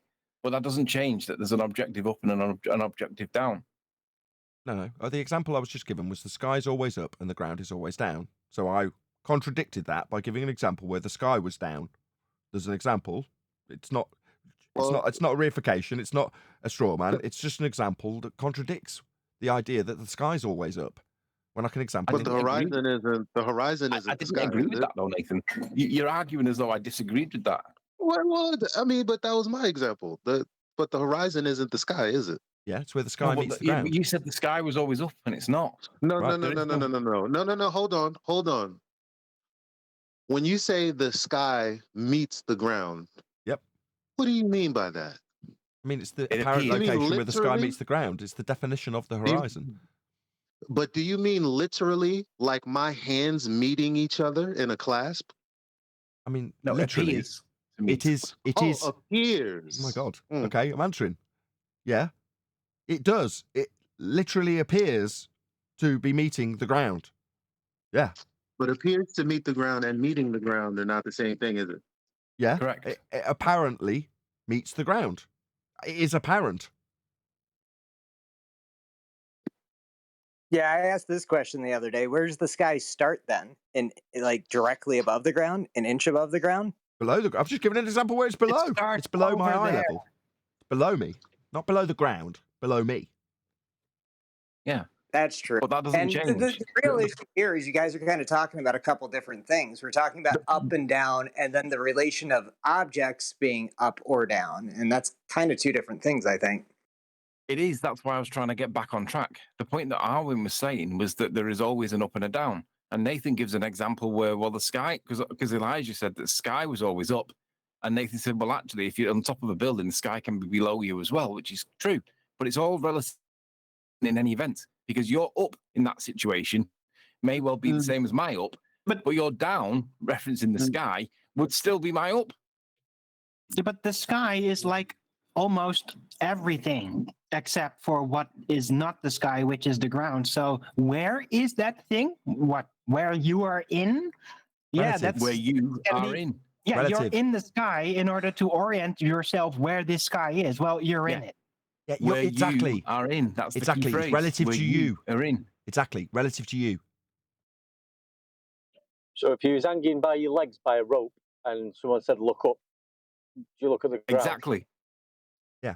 This is the example I always give. If you're hanging upside down from a tree, which way is up? Up is up. You're just upside down. Ah, but your up then becomes down. No, but you could think of it as such, but it isn't, Which because proves that it's always relative up to and the down is human, always Alan. down, no matter your orientation within. That's the whole point. It proves that it's subject to the human. That's why Exactly. your left is my right, and they're not the same. They're not objectively the same. No, that's not. Okay, audience, I think I agree with that there. Absolutely. Let me separate myself. Dude. Let me separate myself from Arwood. I think I agree with that. Yeah, it it's isn't. fact. Right and left the are correct- absolute in relation to the observer. Up and down are not, but you can make it such in your mind that everything is relative to your observation, and then up and down could be considered as relative to your observation. Correct. But in actual reality, they're not. They Correct. are absolute. Spot on. No. They're Spot, not. absolute to, in respect to you and your references. Only that. You did say that at the beginning, so you're correct, because you disclaimed that right at the start. So yes. No, he didn't say that. He said the opposite. He said that there was an absolute up and down, and I said no, it's relative to the human. That the correct units are more and less dense because we're in density gradients caused by the sun. They are the correct units. Fascinating stuff. You can have some people sitting upside down and other people sitting upright up, right? And then they can have a discussion who is upside down and who isn't. But eventually, the ones that are upside down are going to have the headache from the blood heaping up in their head, and the ones that aren't upside down won't. Yeah, but whether they're upside down or not, if the correct vector is more or less dense, it doesn't matter what their orientation is because the medium dictates the direction, not the human. Yeah. So to make it even more convoluted, if you were upside down and in water, assuming that you're going to be roughly equal and therefore go up, the fact that you're pointing downwards matters not when you release yourself from the thing you're holding yourself to the bottom of the pool with. You're going to go up. But from your position, you're going in the direction of your own arse. That makes no sense. Nathan, what would happen if that water that you were in was accelerating upwards, like Del says? What would the position then be? Then the Earth would be moving up. Well, when I'm submerged in water, I know which side is up and down, because if I get disoriented, well, I'll figure it out by the water literally running into my nose because I'm upside down. So you'll find out. EV97, or is it EVIE? Am I saying that right? EV97 says, but I'm an expert on sound and not an expert on up and down. How's the sound? Is it good? If you're an expert, let me know. With that, though, I'm going to say a huge, massive, enormous thank you to you both, Discord and G Plus panels, for making today's live show possible. If you're watching this on either Nathan Oakley 1980 or Nathan Oakley premiering stream, stay tuned, as there will be an after show. With a little bit of maths, but they can't prove it. Anthony, if you have two people on opposite sides with tug of war with a rope, and then next to them is the same two, different group of two people, and you take away the rope, and they're pretending to have a rope, is there a net force? Okay, I'm just going to No. segue away slightly. Right, I'm going to concede to Neil that he's been right all along. Right, normally in some of these shows with fundies, you guys who know me well know that I feign my exasperation. In other words, I'll sometimes ham it up a bit for the sake of making the point clear or making it more entertaining or more... Yeah, I'll ham it up. Right? Yes. Today is one of the few occasions that was true, not feigned Nathan, exasperation. were you supposed to run out the show?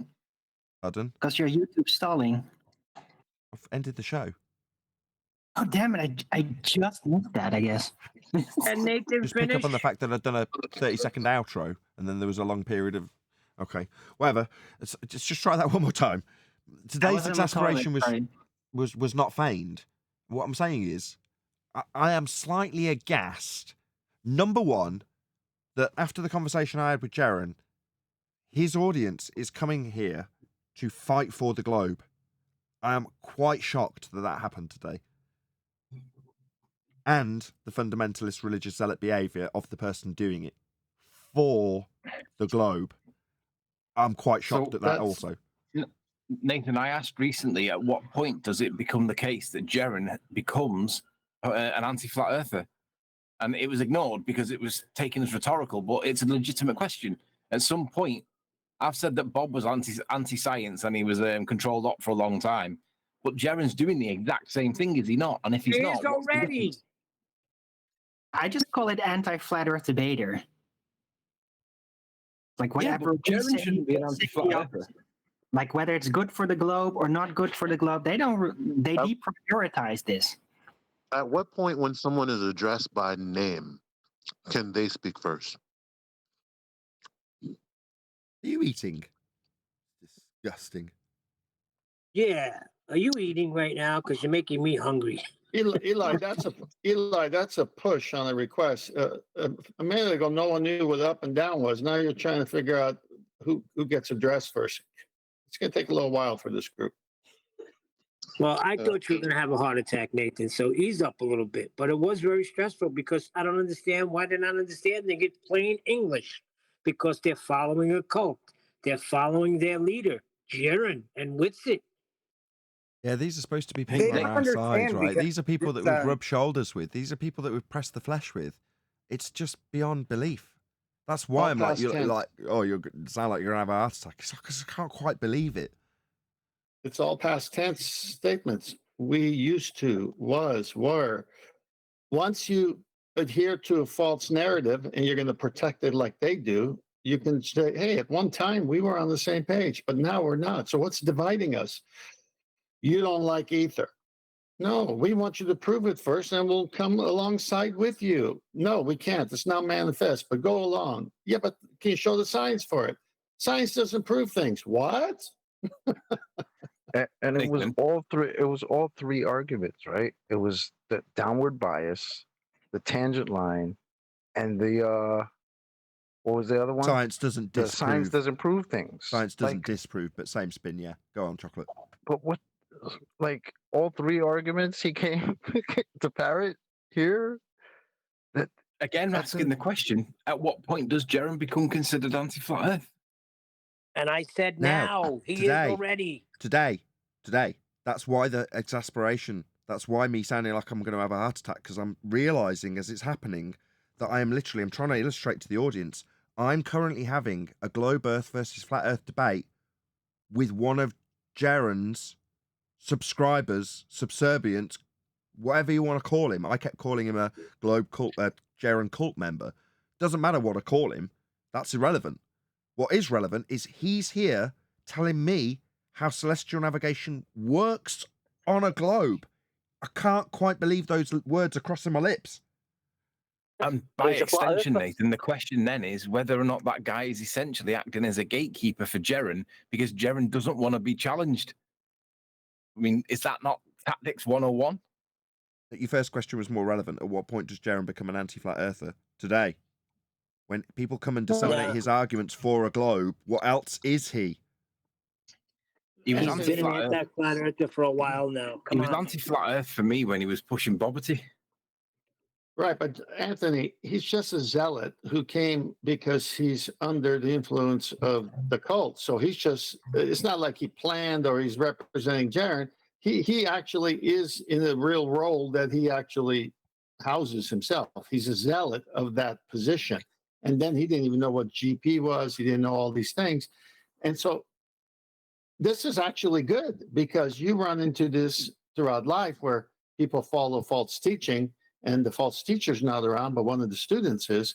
And then you're saying, well, what about this? What about that? And they, well, hang on, let me call my teacher. Hey, let me call my guru. Entropy. Yeah, they don't know why. They Did you just hear know when he they're said that? following.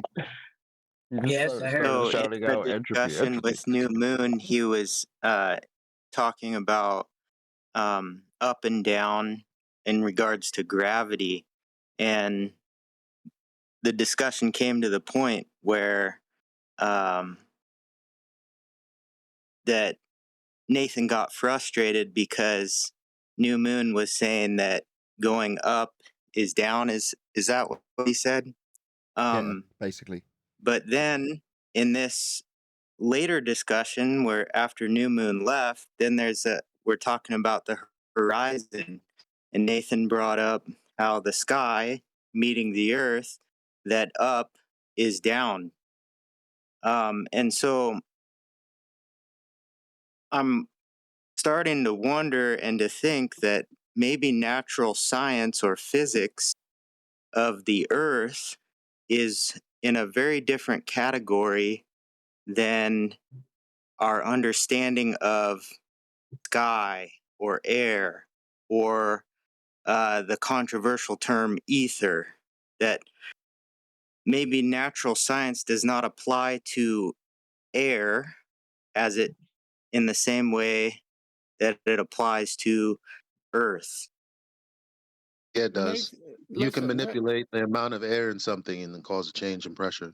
Well, it Don't do applies to- that. And if you can't, Nathan, and if you can't do Hold that, on, let me you just have answer to- this guy. Thank you, Eli. We'll come to Anthony next, then 10th.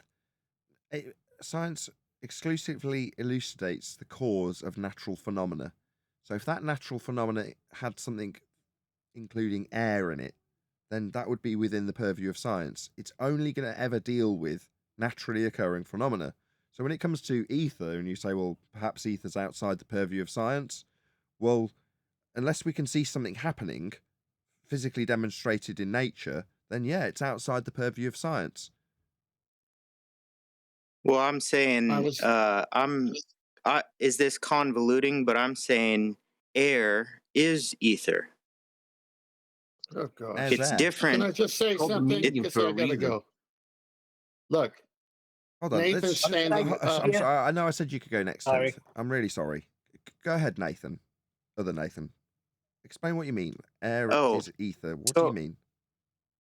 So, I mean, that is the antiquated term for air is ether or heaven. When we talk about air is heaven. And I think that there may be a convoluting thing happening. Sorry?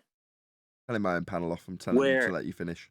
Where science is being applied to air in a way that isn't holding true, because we just saw New Moon saying that up is down, and it made everybody frustrated. But then in this later discussion about the horizon and air, also known as sky, meeting the earth, being up is down, right? Because when we're discussing the horizon, so No. I want to get to my point, but I'm going to answer him. Hold on. The balloon was down in a vacuum chamber. The air in the balloon was going in all directions. When the balloon pops, the gas in the balloon goes into all directions in the vacuum chamber. It's in every direction. It bounces off each other. That was that argument. Then you brought up Nathan about the horizon. Well, Nathan, all he has to do is do height of eye correction and get his eyeballs on the surface, and he will not have a depression angle anymore. And he won't be above the air. And just to pick you up, your opening sentence said the word ether used to be the word for air, but that's not actually true. The simile for the word air is atmo, not ether. The word ether is not a simile for air. Right, exactly. There in the Greek, it's talking about the upper portion of the air specifically, not just the air. So talking about ether, it ether. means like burning. That's where the word Ethiopian, it's like their skin was burnt, so it's darker. And so the higher things, they thought, things that burn, go up, and so the higher levels, but it still is the air. To be clear, though, true, this is not if what that was Bob and true, the others have wouldn't ever the been talking Ethiopian about. be spelt with an A? Yep. That's still air, just like gas pressure gradient. It's just a silly argument. You still I'm got not air. arguing. I'm trying to No, understand. not you. Not you. Look, if you got less air or more air, it's just still air. It's still the medium, but it's not the ether. No, I know. We're trying to have them prove to us this ether. They say it's non-manifest. Yeah, I wasn't Okay. talking to you, Tenth. I was talking to our friend here. He said that air and ether were essentially the same thing, and they're not. Of course not. And again, it's just is isn't even air- what Air, I think, with the discussion ether of like doesn't exist. a down and an up, or is that relative? And it comes into the discussion of earth and air. And so these are different categories. And so when people talk about that there is an up and that there is a down, that they're making a distinction between the category of air and earth, or heaven and earth, or above and below. And then I think that it kind of gets into, talking past each other, where maybe, Nathan, you're not. How does that make air ether? How does that make the air the ether? Maybe The I'm air is not the I'm ether. talking about two different things, but yes, you are talking You know about two what's different going on is things. Ether people are that you're trying to talking about is a background medium. That's a conceptual model, or whatever they want to say. You're kind of conflating that with the classical definition of ether rooted from the Greek. These are not the same concepts. And part of the problem with this entire thing is that nobody can still define what ether is when they're talking about it. Well, you would have to show it. That's the bottom line. So then that's why we find it a little weird when because I was repeating what you said. I'm not sure if it was you, but it was one of you guys that said air is the air ether. is the ether. Right. Yeah. That's why I wanted to clear up, because the other guys that argue ether aren't saying it's the air. They're saying it's what you said. Logical framework, conceptual background, medium, that thing that is required for things to propagate through. Right? Can't be what he said either, because that would be an equivocation fallacy. But go on. An effect in interferometry at present, that's what's claimed to be proof of the ether. Right. I think the term 0 point energy would be less confusing than ether. Well, what does 0 point energy mean? What does that mean? Can someone tell me what that actually means? 0 point. I can. There's no. You can't validate 0 point, like as in a complete vacuum. So it's a non reality term for an argument that could be applied to something that doesn't exist. Yeah. So it's a nothing term, is what. Like, I mean, this is the point I'm making.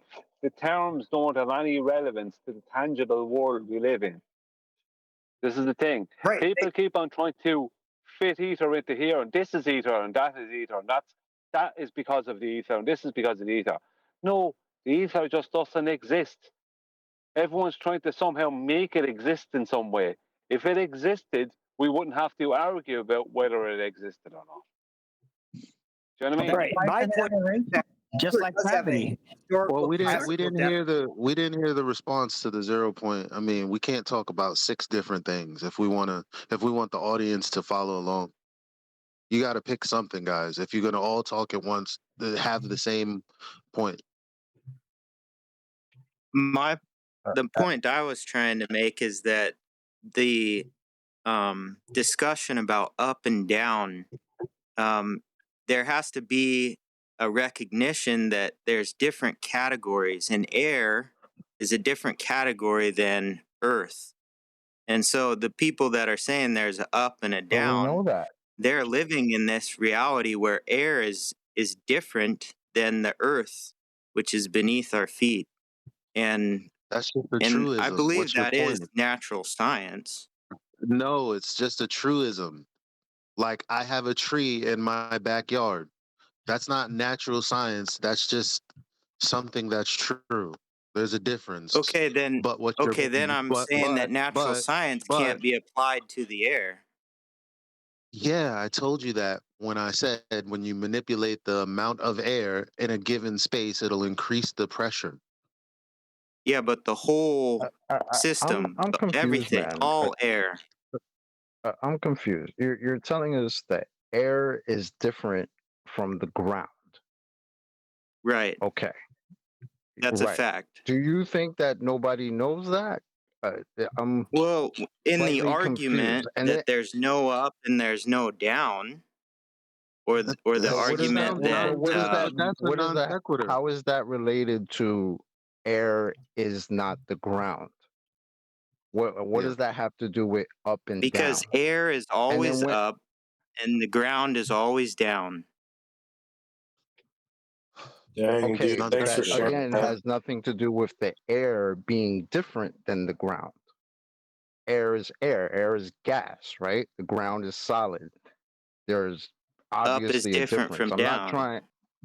Less dense and more dense. Now what? What are you trying to say? This Yeah, is why I I'm agree here with to that. learn stuff. Need to establish if he's a ether believer or not. Why? Who cares unless he's claiming it? Yeah, I'm not. I'm just that trying to word is understand so where you're coming convoluted from. anyway. I mean, we're talking about distinction of air here, but No, we're not. I think there's a connection. But we're not. That we're not. You're not. The ground is the ground. The air is the air. Up and down is non sequitur to up and down is too ambiguous. Like we just spoke about on the show, just saying up and down is non sequitur to the ground and the air. When you're just saying up and down. Now, you saying air can be applied to natural science. Well, in the way that I applied it, sure. But I don't get your point beyond that. Like, I'd hate to go back into this circular loop where you begin again. What's your point?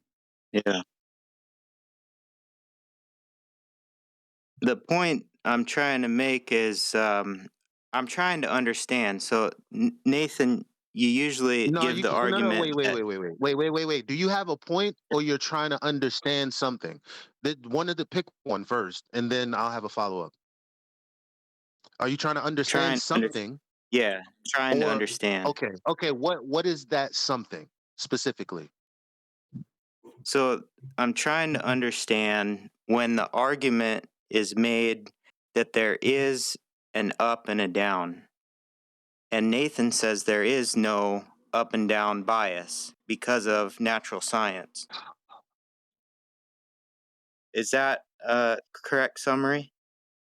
I don't say there's Do you no want up to and clear down. that up, I say Nathan? it's relative, with the exception of the North Star, but I don't blame it on natural science. Yeah, I didn't hear you make that claim to natural science. I don't know where he's getting that from. Well, isn't that the argument that's made here a lot against like a up or down bias, or with a down bias? That there is no downward bias because things also go up. So there's no Right. bias either way, right? Because if we're going to say there's a downward bias, then I can say there's an upward bias for things that don't go down, right? So saying And there's a so I'm bias in the saying that first place only is that just applies. You're applying that they're saying there's no bias, but you're kind of overreaching into two different categories: the why? air and the ground. No. Try to understand what I'm saying. There are people that say that there is a downward bias, right? If there is a downward bias, then everything would go down. And obviously that's not the case, right? Because Yeah, some the air things go doesn't go down. down, some things go down, some things go up, some things stay Yeah, neutral, I depending agree. on what they are and where they are, right? Yeah. So then why would you say that there's a downward bias? Because you see one particular thing go down. So then if I look at something else that's going up, I could say there's an upward bias. And then we're all over here with Yeah, all our so biases, right? so I think, yeah, I guess I'm kind of formulating my understanding that there has to be different categories then. And the way that natural science is being applied here is that the laws apply to everything. And so there is going to be different Laws laws aren't to science. air as there is to earth. Laws aren't science, my friend. Laws are just descriptions of the natural world. You're saying air. Can you say gas pressure? Would that be air as well? Would you agree with that? I think the one Hang on. on one's doing really good Hang right now. on. I think the one on one's doing really good right now. Did Let you them not go. hear me ask a question? Gas pressure. Is that the same as air to you? The air you're talking about? Pressure is a description of what happens to the air. There can be So higher or the lower air pressure. oh gosh. The air you're breathing now, is that pressurized? Yes or no? Absolutely. 14 Great. Do you need it? psi. Thank you. Thank you. Do you need a container for pressurized air? Yes or no? Yes. Okay. So this up and down, this ether, this downward bias is just another attempt to prove gravity that doesn't exist. Okay. That's not really what I'm saying. I'm just trying to understand, I'm trying to make so now I'm making a point that there is different categories, and up and heaven or air, whatever you want to call it. Ether would be the higher, the antiquated term ether would be the higher levels of heaven or air or sky, and ground or earth is down. Ether is a medium, not air. Can you cite that? Can you cite where you got that air is used to be called ether or something? Would you be able to? Well, air, I Now we're think, is a talking about modern something term. else, man. Jesus Christ. And no blasphemy unless you're going to praise his name. Do we have an ether sphere or is a stratosphere? Do we have something called an ether sphere? Sphere-shaped ether. Do we have that? We're just talking about whether the up Neil, is let up the and down 1v1 go down. Like, We're just getting to the point. Do you guys remember when my friend Nathan Thompson came on the show and he was confused about laws in natural science when we were talking about Anthony's egg thing up and down? Like that's where we were. And now we're not. I just thought that should be cleared up. What, that laws aren't science? Yeah, because it sounds like he has a problem with the fact that there's no way to, it's not like you can scientifically validate up and down. Like, and he's not being clear enough for us to understand. I'm just looking at a pattern here. He's the one that brought up laws. And so it's like, I just want to know where he's going with this because we're talking about mad different things right now. Yeah, but hold on. What is still doesn't is it's not going to be a law. It's still just a what is. Laws still pertain to things that happen always. It's not just what is that can be classified as a law. Okay. Right? It's just an If I observation. can hop in real quick, a source for Wikipedia. Okay, stop. for the Everyone in- stop. Right, we're gonna have fresh grown flowers, then banter, then one deck. Go ahead. I just my personal opinion, for a grain of salt, it's like 4 or 5 on 1 right now. I think the original 1v1 was going great, and it should continue. All right. I just wanted to add for Wikipedia right here, talking about ether. For the ancient Greeks, the word ether referred to the upper atmosphere, a material element of the cosmos. And there's actually another source to a book by some people's name I can't pronounce. But Oh, okay, a but material element. We should be able to differentiate that from the air down here, then, huh? No. That's what they. Aren't the Greeks the hijackers? Hold on. The Greeks are the Everyone stop. hijackers. Hold on. Him defining the etymology doesn't mean we're going to automatically commit the etymological fallacy.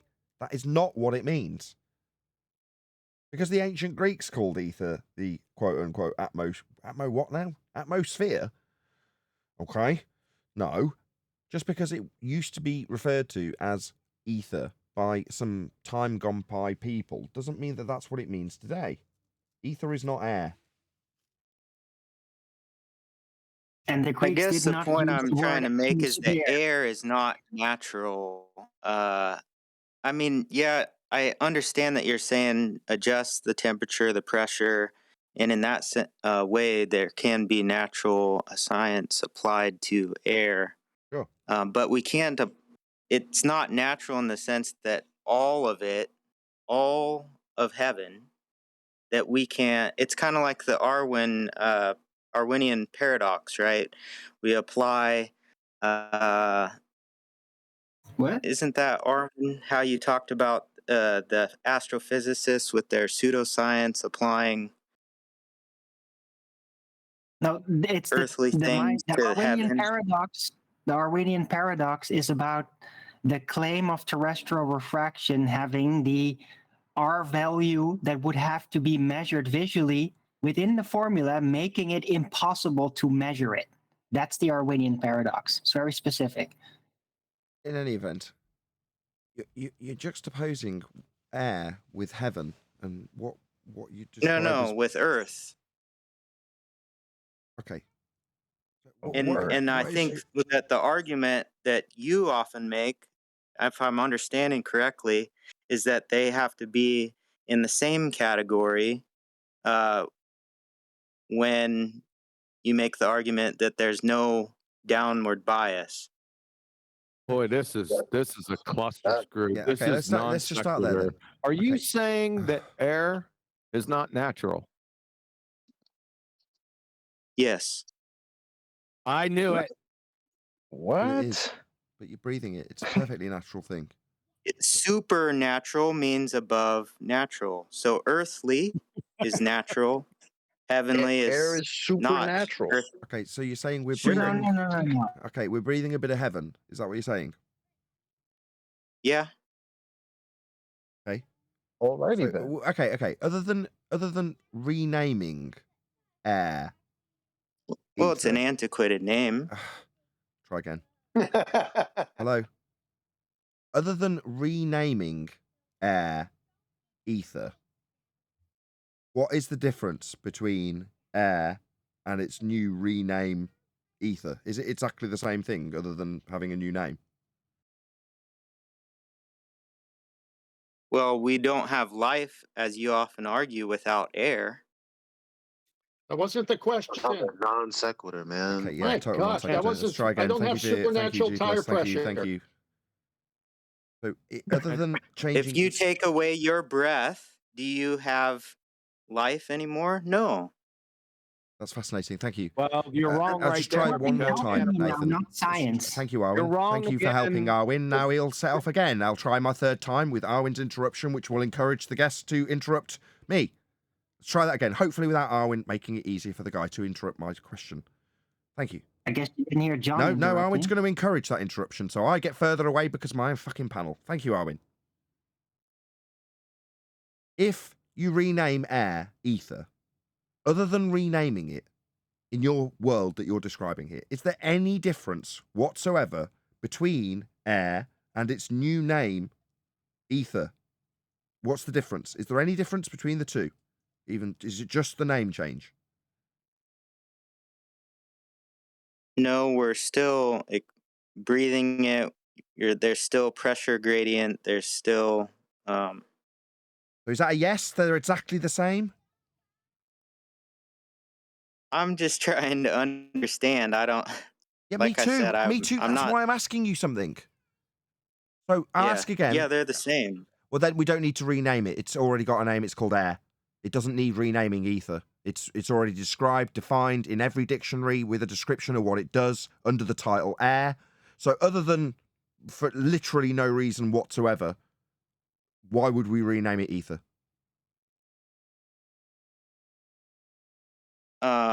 Trying to seek truth, right? Like you said, that's a good thing. That's total non sequitur. Given that we have a Okay. description of what air is, why would it make any difference calling it ether? How can that make a difference? It doesn't. To recognize that there's a supernatural aspect to air. Above natural, but it's not supernatural. It's natural. Air is natural, not supernatural. Is that an assumption though? Because No, definitely not. That's a fact. So that kind of ties into atomism, right? With air and like helium particles. Told you he was an and etherite. Can I just thank you, Neil? Do you need me to get pissed with you? What's going on? Go ahead, Nathan. So air is not supernatural in any way. So it's natural then. So renaming it ether so that people pay attention to the unnatural, supernatural aspect of it when it's completely natural would be absurd then. So I don't know. There is no supernatural aspect to air, is what you're saying. Supernatural means above the natural. Exactly. In the natural world, the earth is below air's a the part earth, of that. or Whether or below not the it's air. supernatural, it only has to be part of nature to be natural. Air's definitely a part of nature, therefore it's not supernatural. Yeah. Supernatural would be information, for example. It doesn't physically exist. It exists within our consciousness. That's what makes it supernatural. There's a list. QE, He you said there? you can't live without air. Can you live without blood? Is blood supernatural now? Thank you. QE, have you got your list to hand? Are you there? I'm here. Yeah. There's a list like charge, momentum, spin, calories, kcals, joules. Yes, that's energy. So anything that's physical is molecular structure, charge, matter, momentum, or spin, or energy has millielectron volts, kcals, or kilojoules. That's the definition of what physical is. That's matter and energy.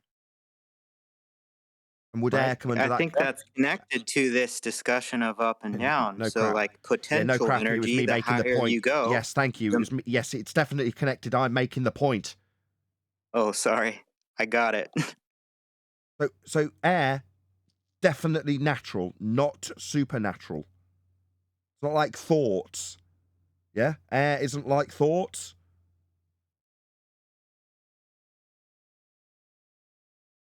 Yeah, I agree. So it's natural. So why would we need to relabel it ether so that people appreciate the supernatural aspects of it? I There aren't mean, any. that isn't what I was really trying to argue, that we'd rename it. But I am kind of thinking that there's a supernatural part of air, because the higher you get, right, the higher energy, potential energy. So say you lift up an object, a 1 kilogram object, the higher you go, the more, the harder it's going to hit the ground when it falls. And I think this is part of the struggle that people that think there's a downward bias are trying to work through. What? But it goes faster up there because there's less air pressure, less friction, so it will go faster. Yeah, but it's not connected. He's not connecting anything. It's like sporadic, convoluted Yeah, I stuff. know. That's not connected. The air being supernatural in nature, and then showing how there's a relative density example that you can make that doesn't connect to how air is somehow supernatural. The fact that it increases energy, that's What does? supernatural. What increases energy? The Yeah? higher you lift an object The object that's not air. within the air, Yeah. the higher you go in the air, you have more potential energy. That's the object, bro. Oh my gosh, a 50 caliber bullet has more what? Everything's limited. It's called terminal velocity. What are you talking about? Now we're on to terminal Yeah, velocity. who cares? Boy, We're talking well about off whether the or not air reservation. is supernatural, and we're talking about objects moving through air. So the position in the air, so the position changes the amount of potential energy. And without the air, So there's in the item, gunpowder. in the item, I'm not sorry, the air. Nathan. Let's try that a third time. In the item, not the air.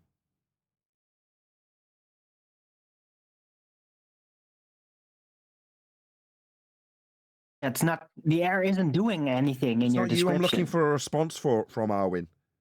Did you feel it was directed at you? Clearly not.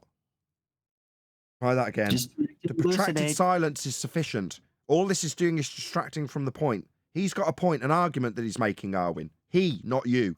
He's saying the item increases its potential energy as they lift it through the air. My response, that's the item, not the air. Now there can be a protracted silence while he either responds or doesn't. there are two different categories, the air and the item. No shit. You're detailing the item, not the That's air. what I'm saying. Yeah, meanwhile, you want the air to be ether. So do you want to just focus on the air rather than now telling us that you've introduced a new category to your example that isn't the The air? relation Yeah, we know between the that. two Yeah, now I'm still exampling changes. how we know that. We know it's different. It's a different category. Fresh Green Flowers, can you pop yourself on mute, please? We know it's a different category. It's the item, not the air, and it's the air that you want to be ether. And are claiming it's got supernatural properties, and then you're detailing items. And when we point out that's not the air, you say, well, they're different categories. Yeah, no shit. That's our point. So do you want to focus on the thing you need to prove is ether, the air, as opposed to the item you're moving through it? Because it's a different category, as you rightly point out.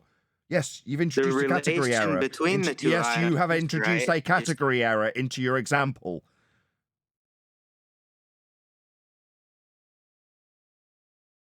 Category air.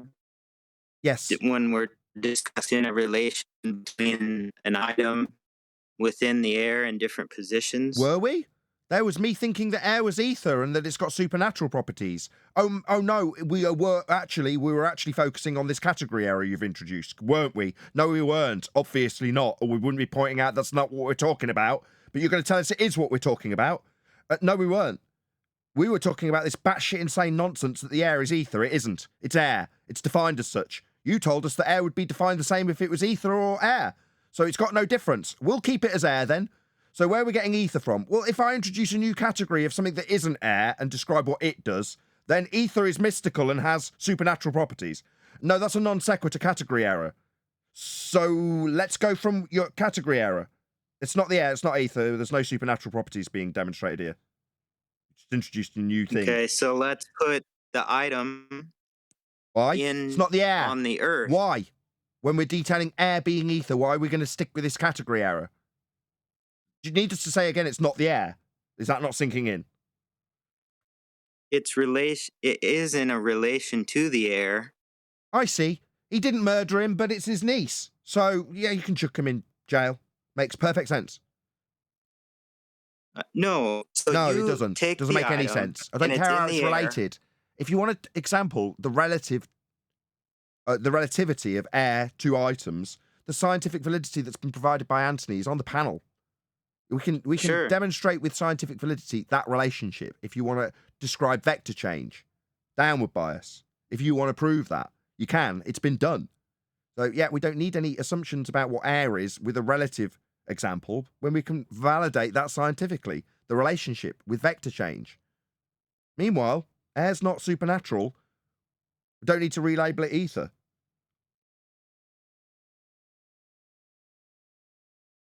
Okay. You're the one I fighting for just doing found it, it interesting that the argument with New Moon, that you said that there's you got. I mean, everybody was frustrated when he was saying that down is up is down, right? Up is down, and then in discussion, That wasn't his argument. yeah, I guess We're Huey talking about answered that gas one. anyway. That the horizon, when the horizon meets the Earth in the distance, then up is down. No, it isn't. It doesn't mean up is down. It means that the sky is below me at the horizon. That's all it means, as I specifically and explicitly outlined. If I can example where my eye line has a horizon below it and the sky ipso facto meets that horizon, then ipso facto there is a certain portion of sky that is below me. Not that down is up suddenly. That's absurd. And For that wasn't air, New down Moon's is up. argument either. Right? New Moon's I mean, argument isn't that wasn't kind of your up is argument down. Did I with say the air? containment I of didn't air? say It goes in air. every distance. No, I didn't say air meets the ground. Sky. Sky The meets the same ground. thing. Air, Oh, is it? sky. Is it? Ugh. Is it? Sky is Different air. words. So what, like sky is the same as air, which is the same as ether? So suddenly the sky is ether? No. The sky is the sky. Sky is air. Is it? What's the sky? Air? I don't know that's the case. You don't know that? Air doesn't tend to change colour. What you got? Come back. It does every time Really? you look up at the The sunset. sky. So the sky is now the air, so therefore air changes colour. No, it doesn't. Air is completely colourless and invisible.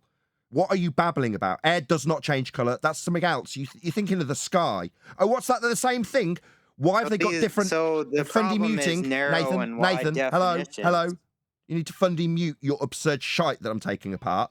The sky has a definition. It's the sky. And the air you has would a say the definition. sky Fundy is muting. not air. Fundy muting. You're a Jaren fan, right? Cult member, Nathan. No, Well, then shut up. I want to learn. Well, then shut up while I'm talking and you'll learn something. Okay. You'll learn that when something's got a word like sky, it doesn't mean soil. You understand that, right? They're different words. Equally, when you Certainly. say sky, that's you learning, is it, while you're talking? As I'm talking? That you learning? Pin your ears back I and just think listen. with the mics, Just that listening is I'm basic trying to English. affirm Basic that I'm English. listening. It's just basic English, Nathan. Like a word and its meaning. Sky means something, air means something. They're different. You want the sky to be the air, and based on that absurd shite, you've told me that air changes colour. No, it doesn't. That's just stupid. But you want an ether belief / want to learn while you interrupt me. No, you don't. You want your ether to be true. So you're prepared to change the meanings of words so that it makes ether real. That's what you're actually doing. That's a fact. So ether's air, ether's sky, sky is ether. They're all the same thing. It's all very, what, supernatural? No, air is air. It's definitely not supernatural. The sky is the sky. It's not air. And ether is bollocks. That's what it is. You've just been duped. The end result is they want God to be the ether. Thank you, Neil. It's not like I haven't told you about 15 times this show not to give you colour commentary. But you understand the sky and the air are different things. You want them to be the same. They're not. Air doesn't change colour. Yeah. The sky is air. So I mean, air changes that's- colour. The colourless gas that is air that we breathe changes colour. That'd be a no. It's just a different word with a different meaning and it's a different thing, but you want it to be the same so you can retain your ether faith. I don't have faith in the ether. I have faith in Jesus Christ. So why are you here babbling on about ether then? You want to change the word from air to ether, quite literally.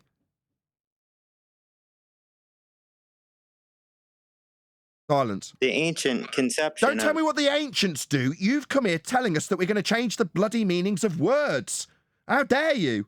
No. You've got such an intrinsic faith in ether that you're prepared to change the meanings of words over it. Air's not ether. Sky isn't air. These are different things with different words and different definitions. I'm trying to take you through basic English while you interrupt me and tell me that you want to learn. I'll try again, Nathan. This is basic English. You don't need to interrupt basic English lessons. Words that are different with different definitions and different meanings are different. That's really basic stuff, but you don't accept because you want one word with a different definition to a different word to be the same thing. No, the only reason you're doing it is because you've got such an intrinsic faith, not in Jesus Christ, but in ether. The thing you're peddling, the thing you want to mean something else, the thing you want to ascribe to a different definition for a different word. That's your faith in ether, not Jesus. Ether. Faith, you have. You want to change the definitions of words. I have faith in the Holy Spirit, and the Holy Spirit. I couldn't give a shit. Fascinating though it may be about your faith in the Holy Spirit, you've also got a faith in ether. And Ruach is the wind. I don't care. Shut up. Why are you babbling through me, you fundy? I'm just Ether's trying to not have air. a discussion. And Ether wind is isn't not air.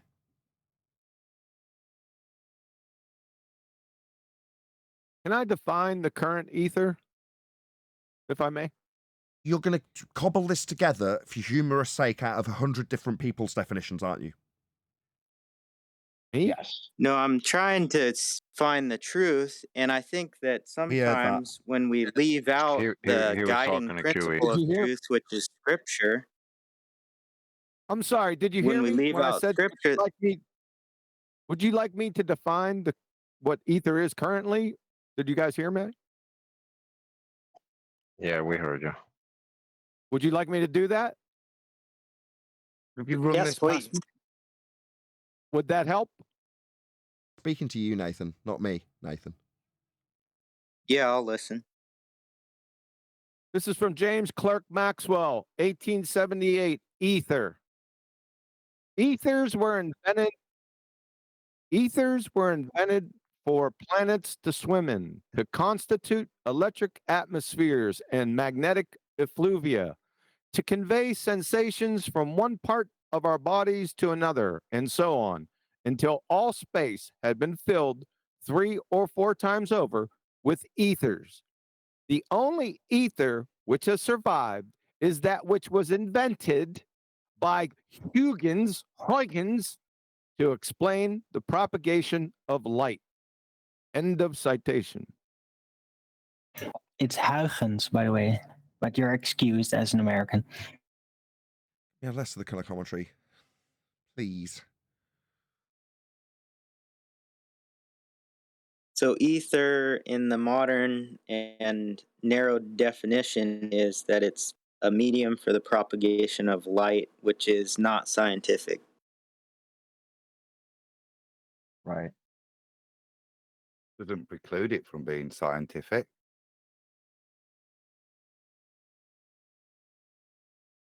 But light comes from or through the air.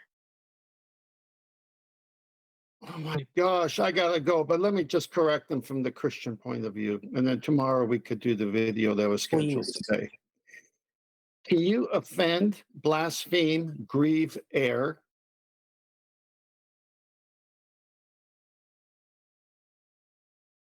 According to the scientific definition of air, no. Thank you. So Bible says that the unforgivable sin is against the Holy Spirit, blasphemy of the Holy Spirit. You just said that's air. When the Bible refers to God breathed into the nostrils of men life, that doesn't make the Holy Spirit air. He's a spirit. In the And you know what beginning, God created the heavens and the earth. Excuse me. I'm in the middle of something here. And Jesus gave the exact definition. He says, handle me and see, for a spirit does not have flesh and bone as you see me have. As when the disciples saw him after the resurrection, they thought they saw a ghost. Oh my, a Holy Bodily Ghost, resurrection. Holy Spirit. You know, you want to just keep talking while I'm talking? Do you offend, grieve, blaspheme, err? In the discussion. Holy shit. You already answered no. So that means you're wrong. No to what?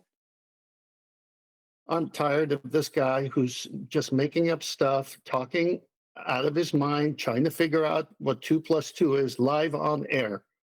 I'll see you guys tomorrow. So Jesus was on the water, just as the Holy Spirit was over the water. What? Listen, keep Christianity out of this. You're making us all look bad. Knock it off No, and he's go not away. making us all look bad, just himself. This is just, he seems to have a lot of trouble just understanding things, and his intellectual application of trying to put it together seems very primitive. I mean, I recognize the level. This is really... No, he's a liar, Owen, because when I said right away he just wanted ether, he said, no, I'm not an ether. You're an etherite. Okay. Thanks for putting words in my mouth, is. Neil. It's just he doesn't really know what ether is. Surprise, surprise. I just have a question. When you're breathing in and out, do you think do you call what you're breathing in and out sky, or do you just call that air? It's a part of the sky, yeah. So you're breathing sky.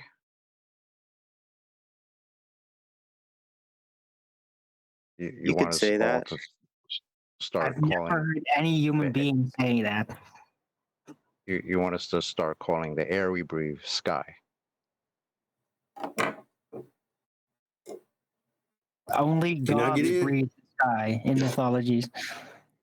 Humans breathe air. Hey, I wasn't trying to upset anybody. I'm just, it's definitely is a journey trying to learn You're not truth. upsetting us. We're just trying to follow a coherent point, and I have to be honest. You haven't really made one.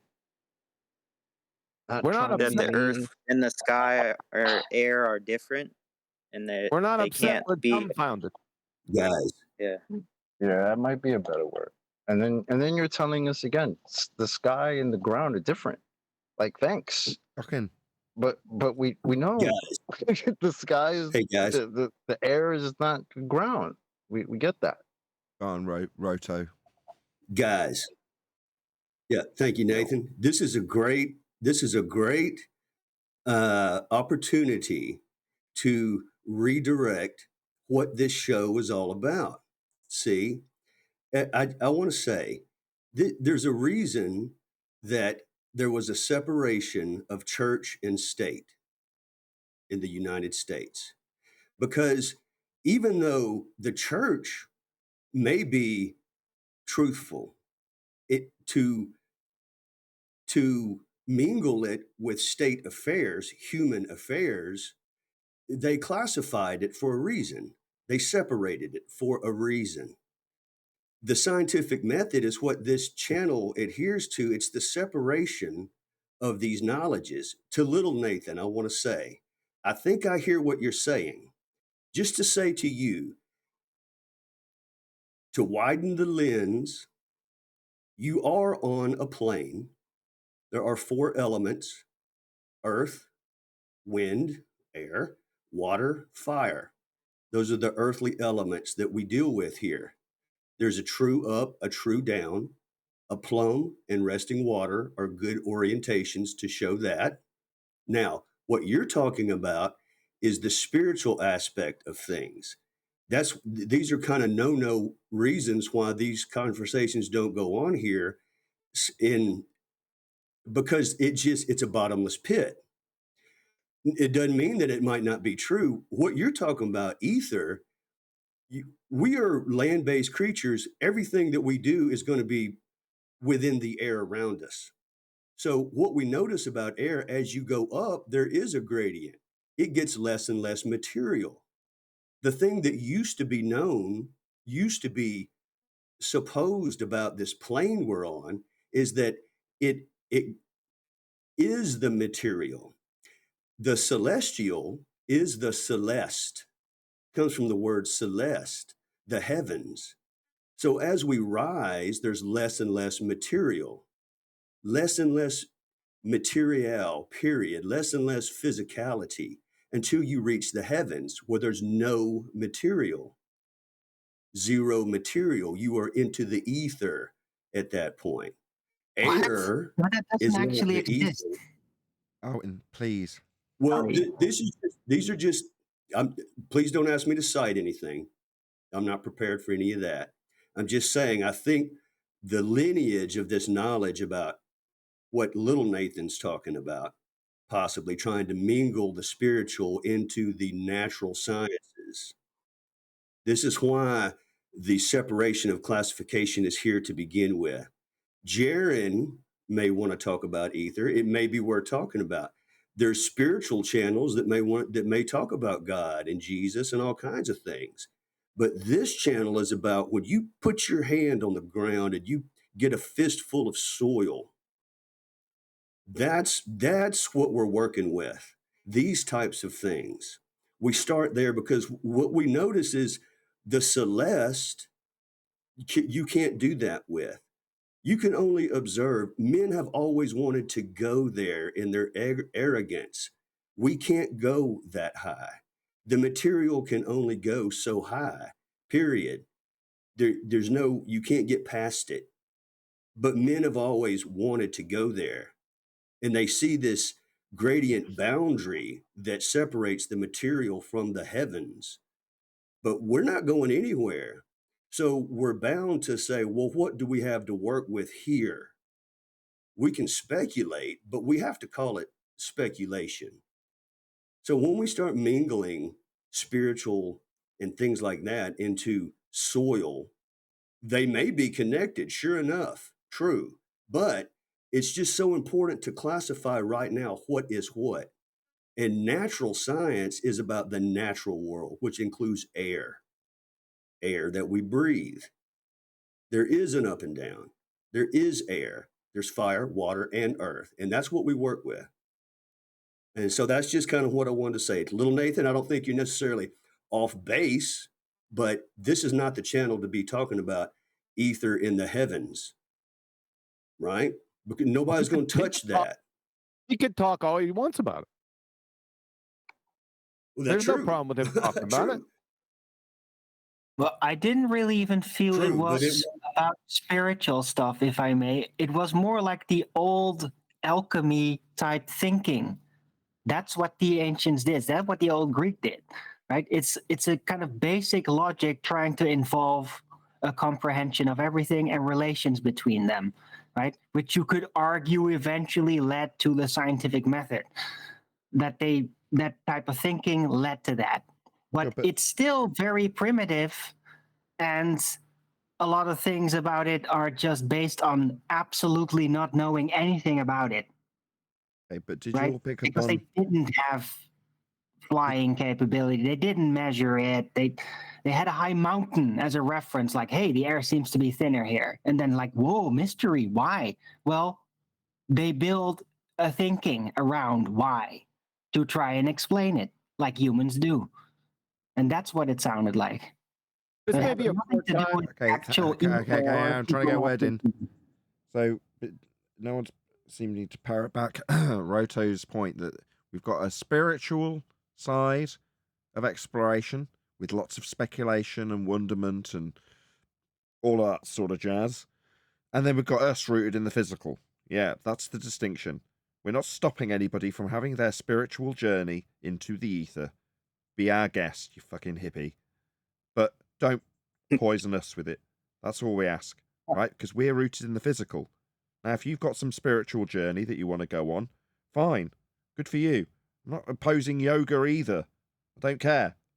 But when you start transposing that into the physicality of our world, then I have got a problem. Why? Well, because you haven't got any evidence of it. If you want to start asserting that these things have some bearing on our physicality, prove it. Show me it. Oh, no. If we think of air as being supernatural, piss off. Get lost. Go to some fucking hippie forum. I'm not stopping you from talking about your crap, but if your crap's got some proof in physicality, I want that.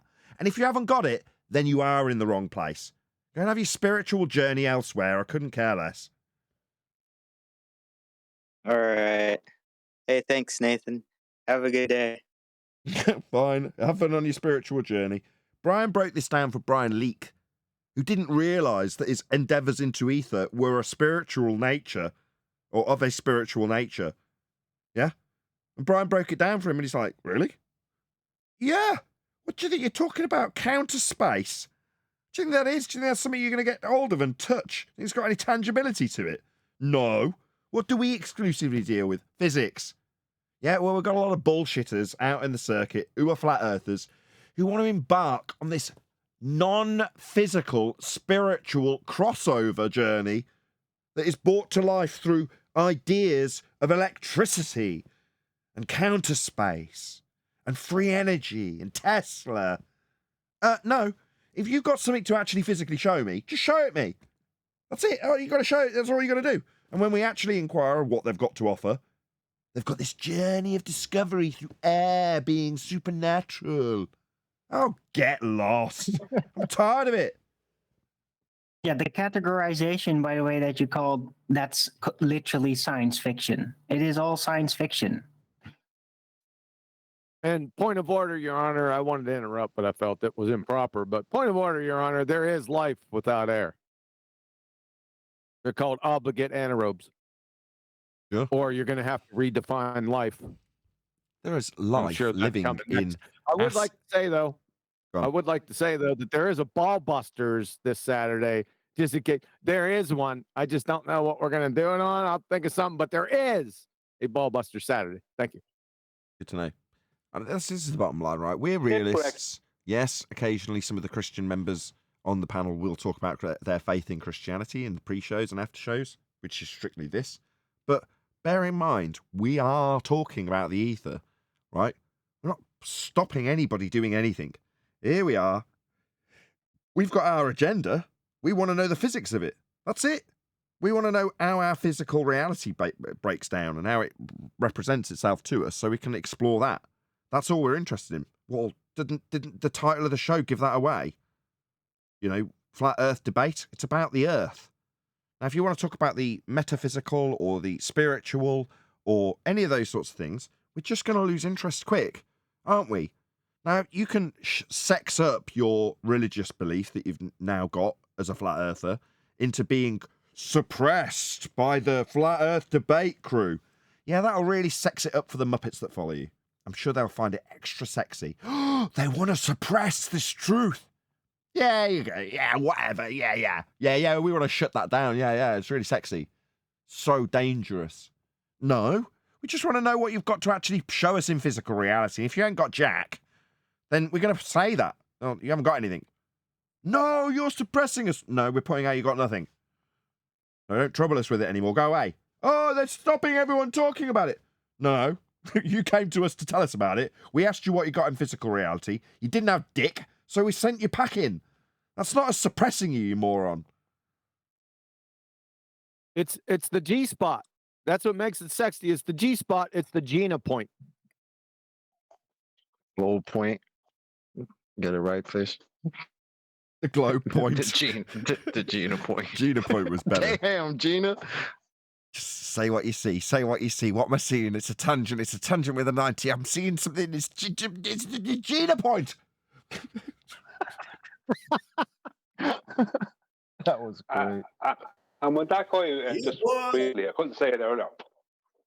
Sorry? I want you to talk about Brian Leake. For me? Yeah. That really stuck with me. Yeah, I don't think he realised that Aether is. That's why I asked. That was why it was the tone of my first question to Austin was: is Aether not just a fourth dimensional spiritual belief? You know what I mean? Because that's what Austin said to me, that it was a spiritual belief, basically, when we were talking last year, or Whitset, I should say. Like, I don't think Brian Leakey realizes this. I don't think any of these people realize this. This is something that's not experienceable in our 3D reality. But that's not being promoted. They're promoting it as something that's, they're not stating it's there, but they're implying that it's there in our 3D reality. And when I said that to Brian Leakey, he was like, oh, well, I won't be into that. So people are just hoodwinked so easy by, elaborate words and suggestion,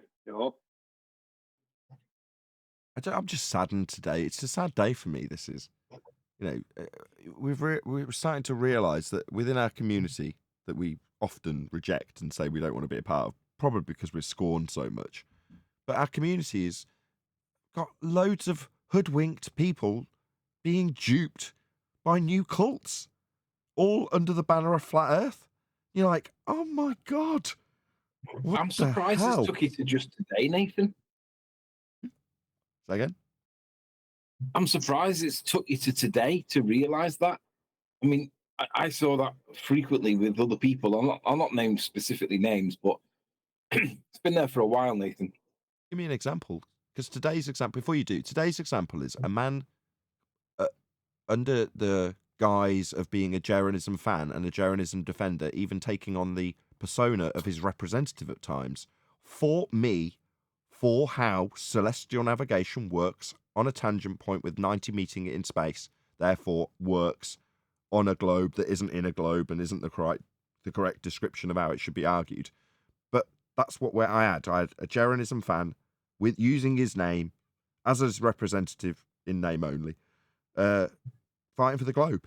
I mean, that's over. I couldn't give a better example of how I can say, well, that's why it's a sad day. Unless you can give a better example that you experienced, that would be like, bloody hell, yeah. If that happened to me, I'd have felt this a long time ago. I could give 3.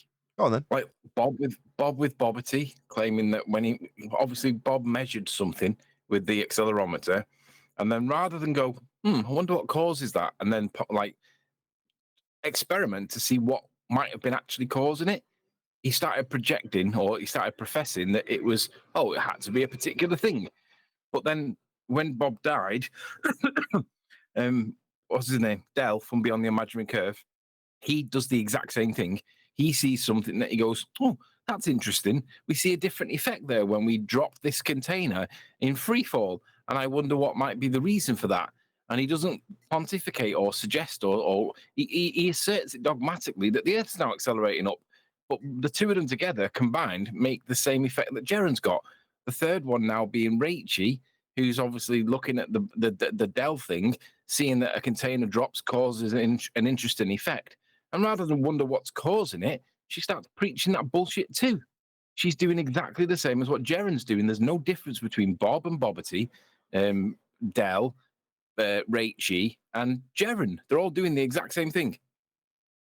Yeah, exactly. And the only question, let's just say if we take Dale and Rachie and what they're promoting, the only question you need to ask them is, can you show me the effect of density differential not happening in a stationary environment? What are they going to do? The only way they can create what they are claiming is a stationary environment is a dropping bottle, because that's their stationary environment, technically. Do you know what I mean? They can't. If you say to them, show that to me not happening in a stationary environment, they either have to show you it happening in reality on a stationary environment, stationary ground, or they have to show you it dropping and claiming that's the stationary environment, which is begging the question. Anthony, can I ask you a question? Falling becomes stationary. You just have to presuppose. If you beg the question, yeah. If I sellotape a weighing scales to my feet and I jump off a high building or out of an airplane, that weighing scales will show 0, because there's nothing underneath it to, you know what I mean? There's nothing underneath it to put any resistance against it, against me going down. So dropping a bottle with water in it and stuff like that is the same thing. Those effects happen in a stationary environment. They don't happen in an environment where everything is falling. That doesn't happen. Have you actually done this, Brian? I didn't do the jumping out of the airplane with the with the weighing scales. You remark, Anthony? I agree, Brian. I think that if you were to dogmatically insist that the observed consequence of dropping something at free fall has to only be the Earth accelerating up, then you are doing the same thing that Bob did. But if you say, maybe there's alternative explanations for this, and my reason for that is because Dell asserts that it's a necessary antecedent that you have to have acceleration for there to be a displacement. Yet when I added the salt to the water, that's not evidence of an acceleration, yet we caused an acceleration. So that immediately debunks his claim that there needs to be an acceleration to get a displacement, because there was no acceleration when I did what I did. I just added a bit of salt, and we all know what happened. But if you then wonder what might be the cause of this, and possibly consider that if you start drawing vectors, arrows on a diagram, and start thinking about fluid dynamics, then possibly you may come to a conclusion about why it is that something appears to be caused by or causing the thing that you're looking at. I mean, that's a totally feasible, plausible, logical, predictable, realistic interpretation for why fluid dynamics may be the explanation for what he calls an accelerating Earth upwards. But it doesn't mean I'm going to push it. It doesn't mean that I'm going to assert that he's debunked because of it. But it is an interesting phenomena or an interesting effect. And it is interesting to explain why this might be the cause. But do you think I'm going to ascribe a cause to it like Rachie and Dell have? No. Why would I do that? That's the exact same fallacy that Bob did with Bobbity and Jaren's doing with bloody whatever Jaren's arguing these days. Hanoi Jared. Yeah. Going to be where I round out, though. So with that, I'm going to say another huge, massive, enormous thank you to both Discord and G+ panels for making today's after show possible. And of course, a massive thank you to all of you in either Nathan Oakley 1980 or Nathan Oakley premiering streams, hopefully smashing the super chat, liking, commenting, sharing, subscribing, joining as a Nathan Oakley 1980 channel member, and all that good stuff. I've been Nathan Oakley, and I will see you all in the next video.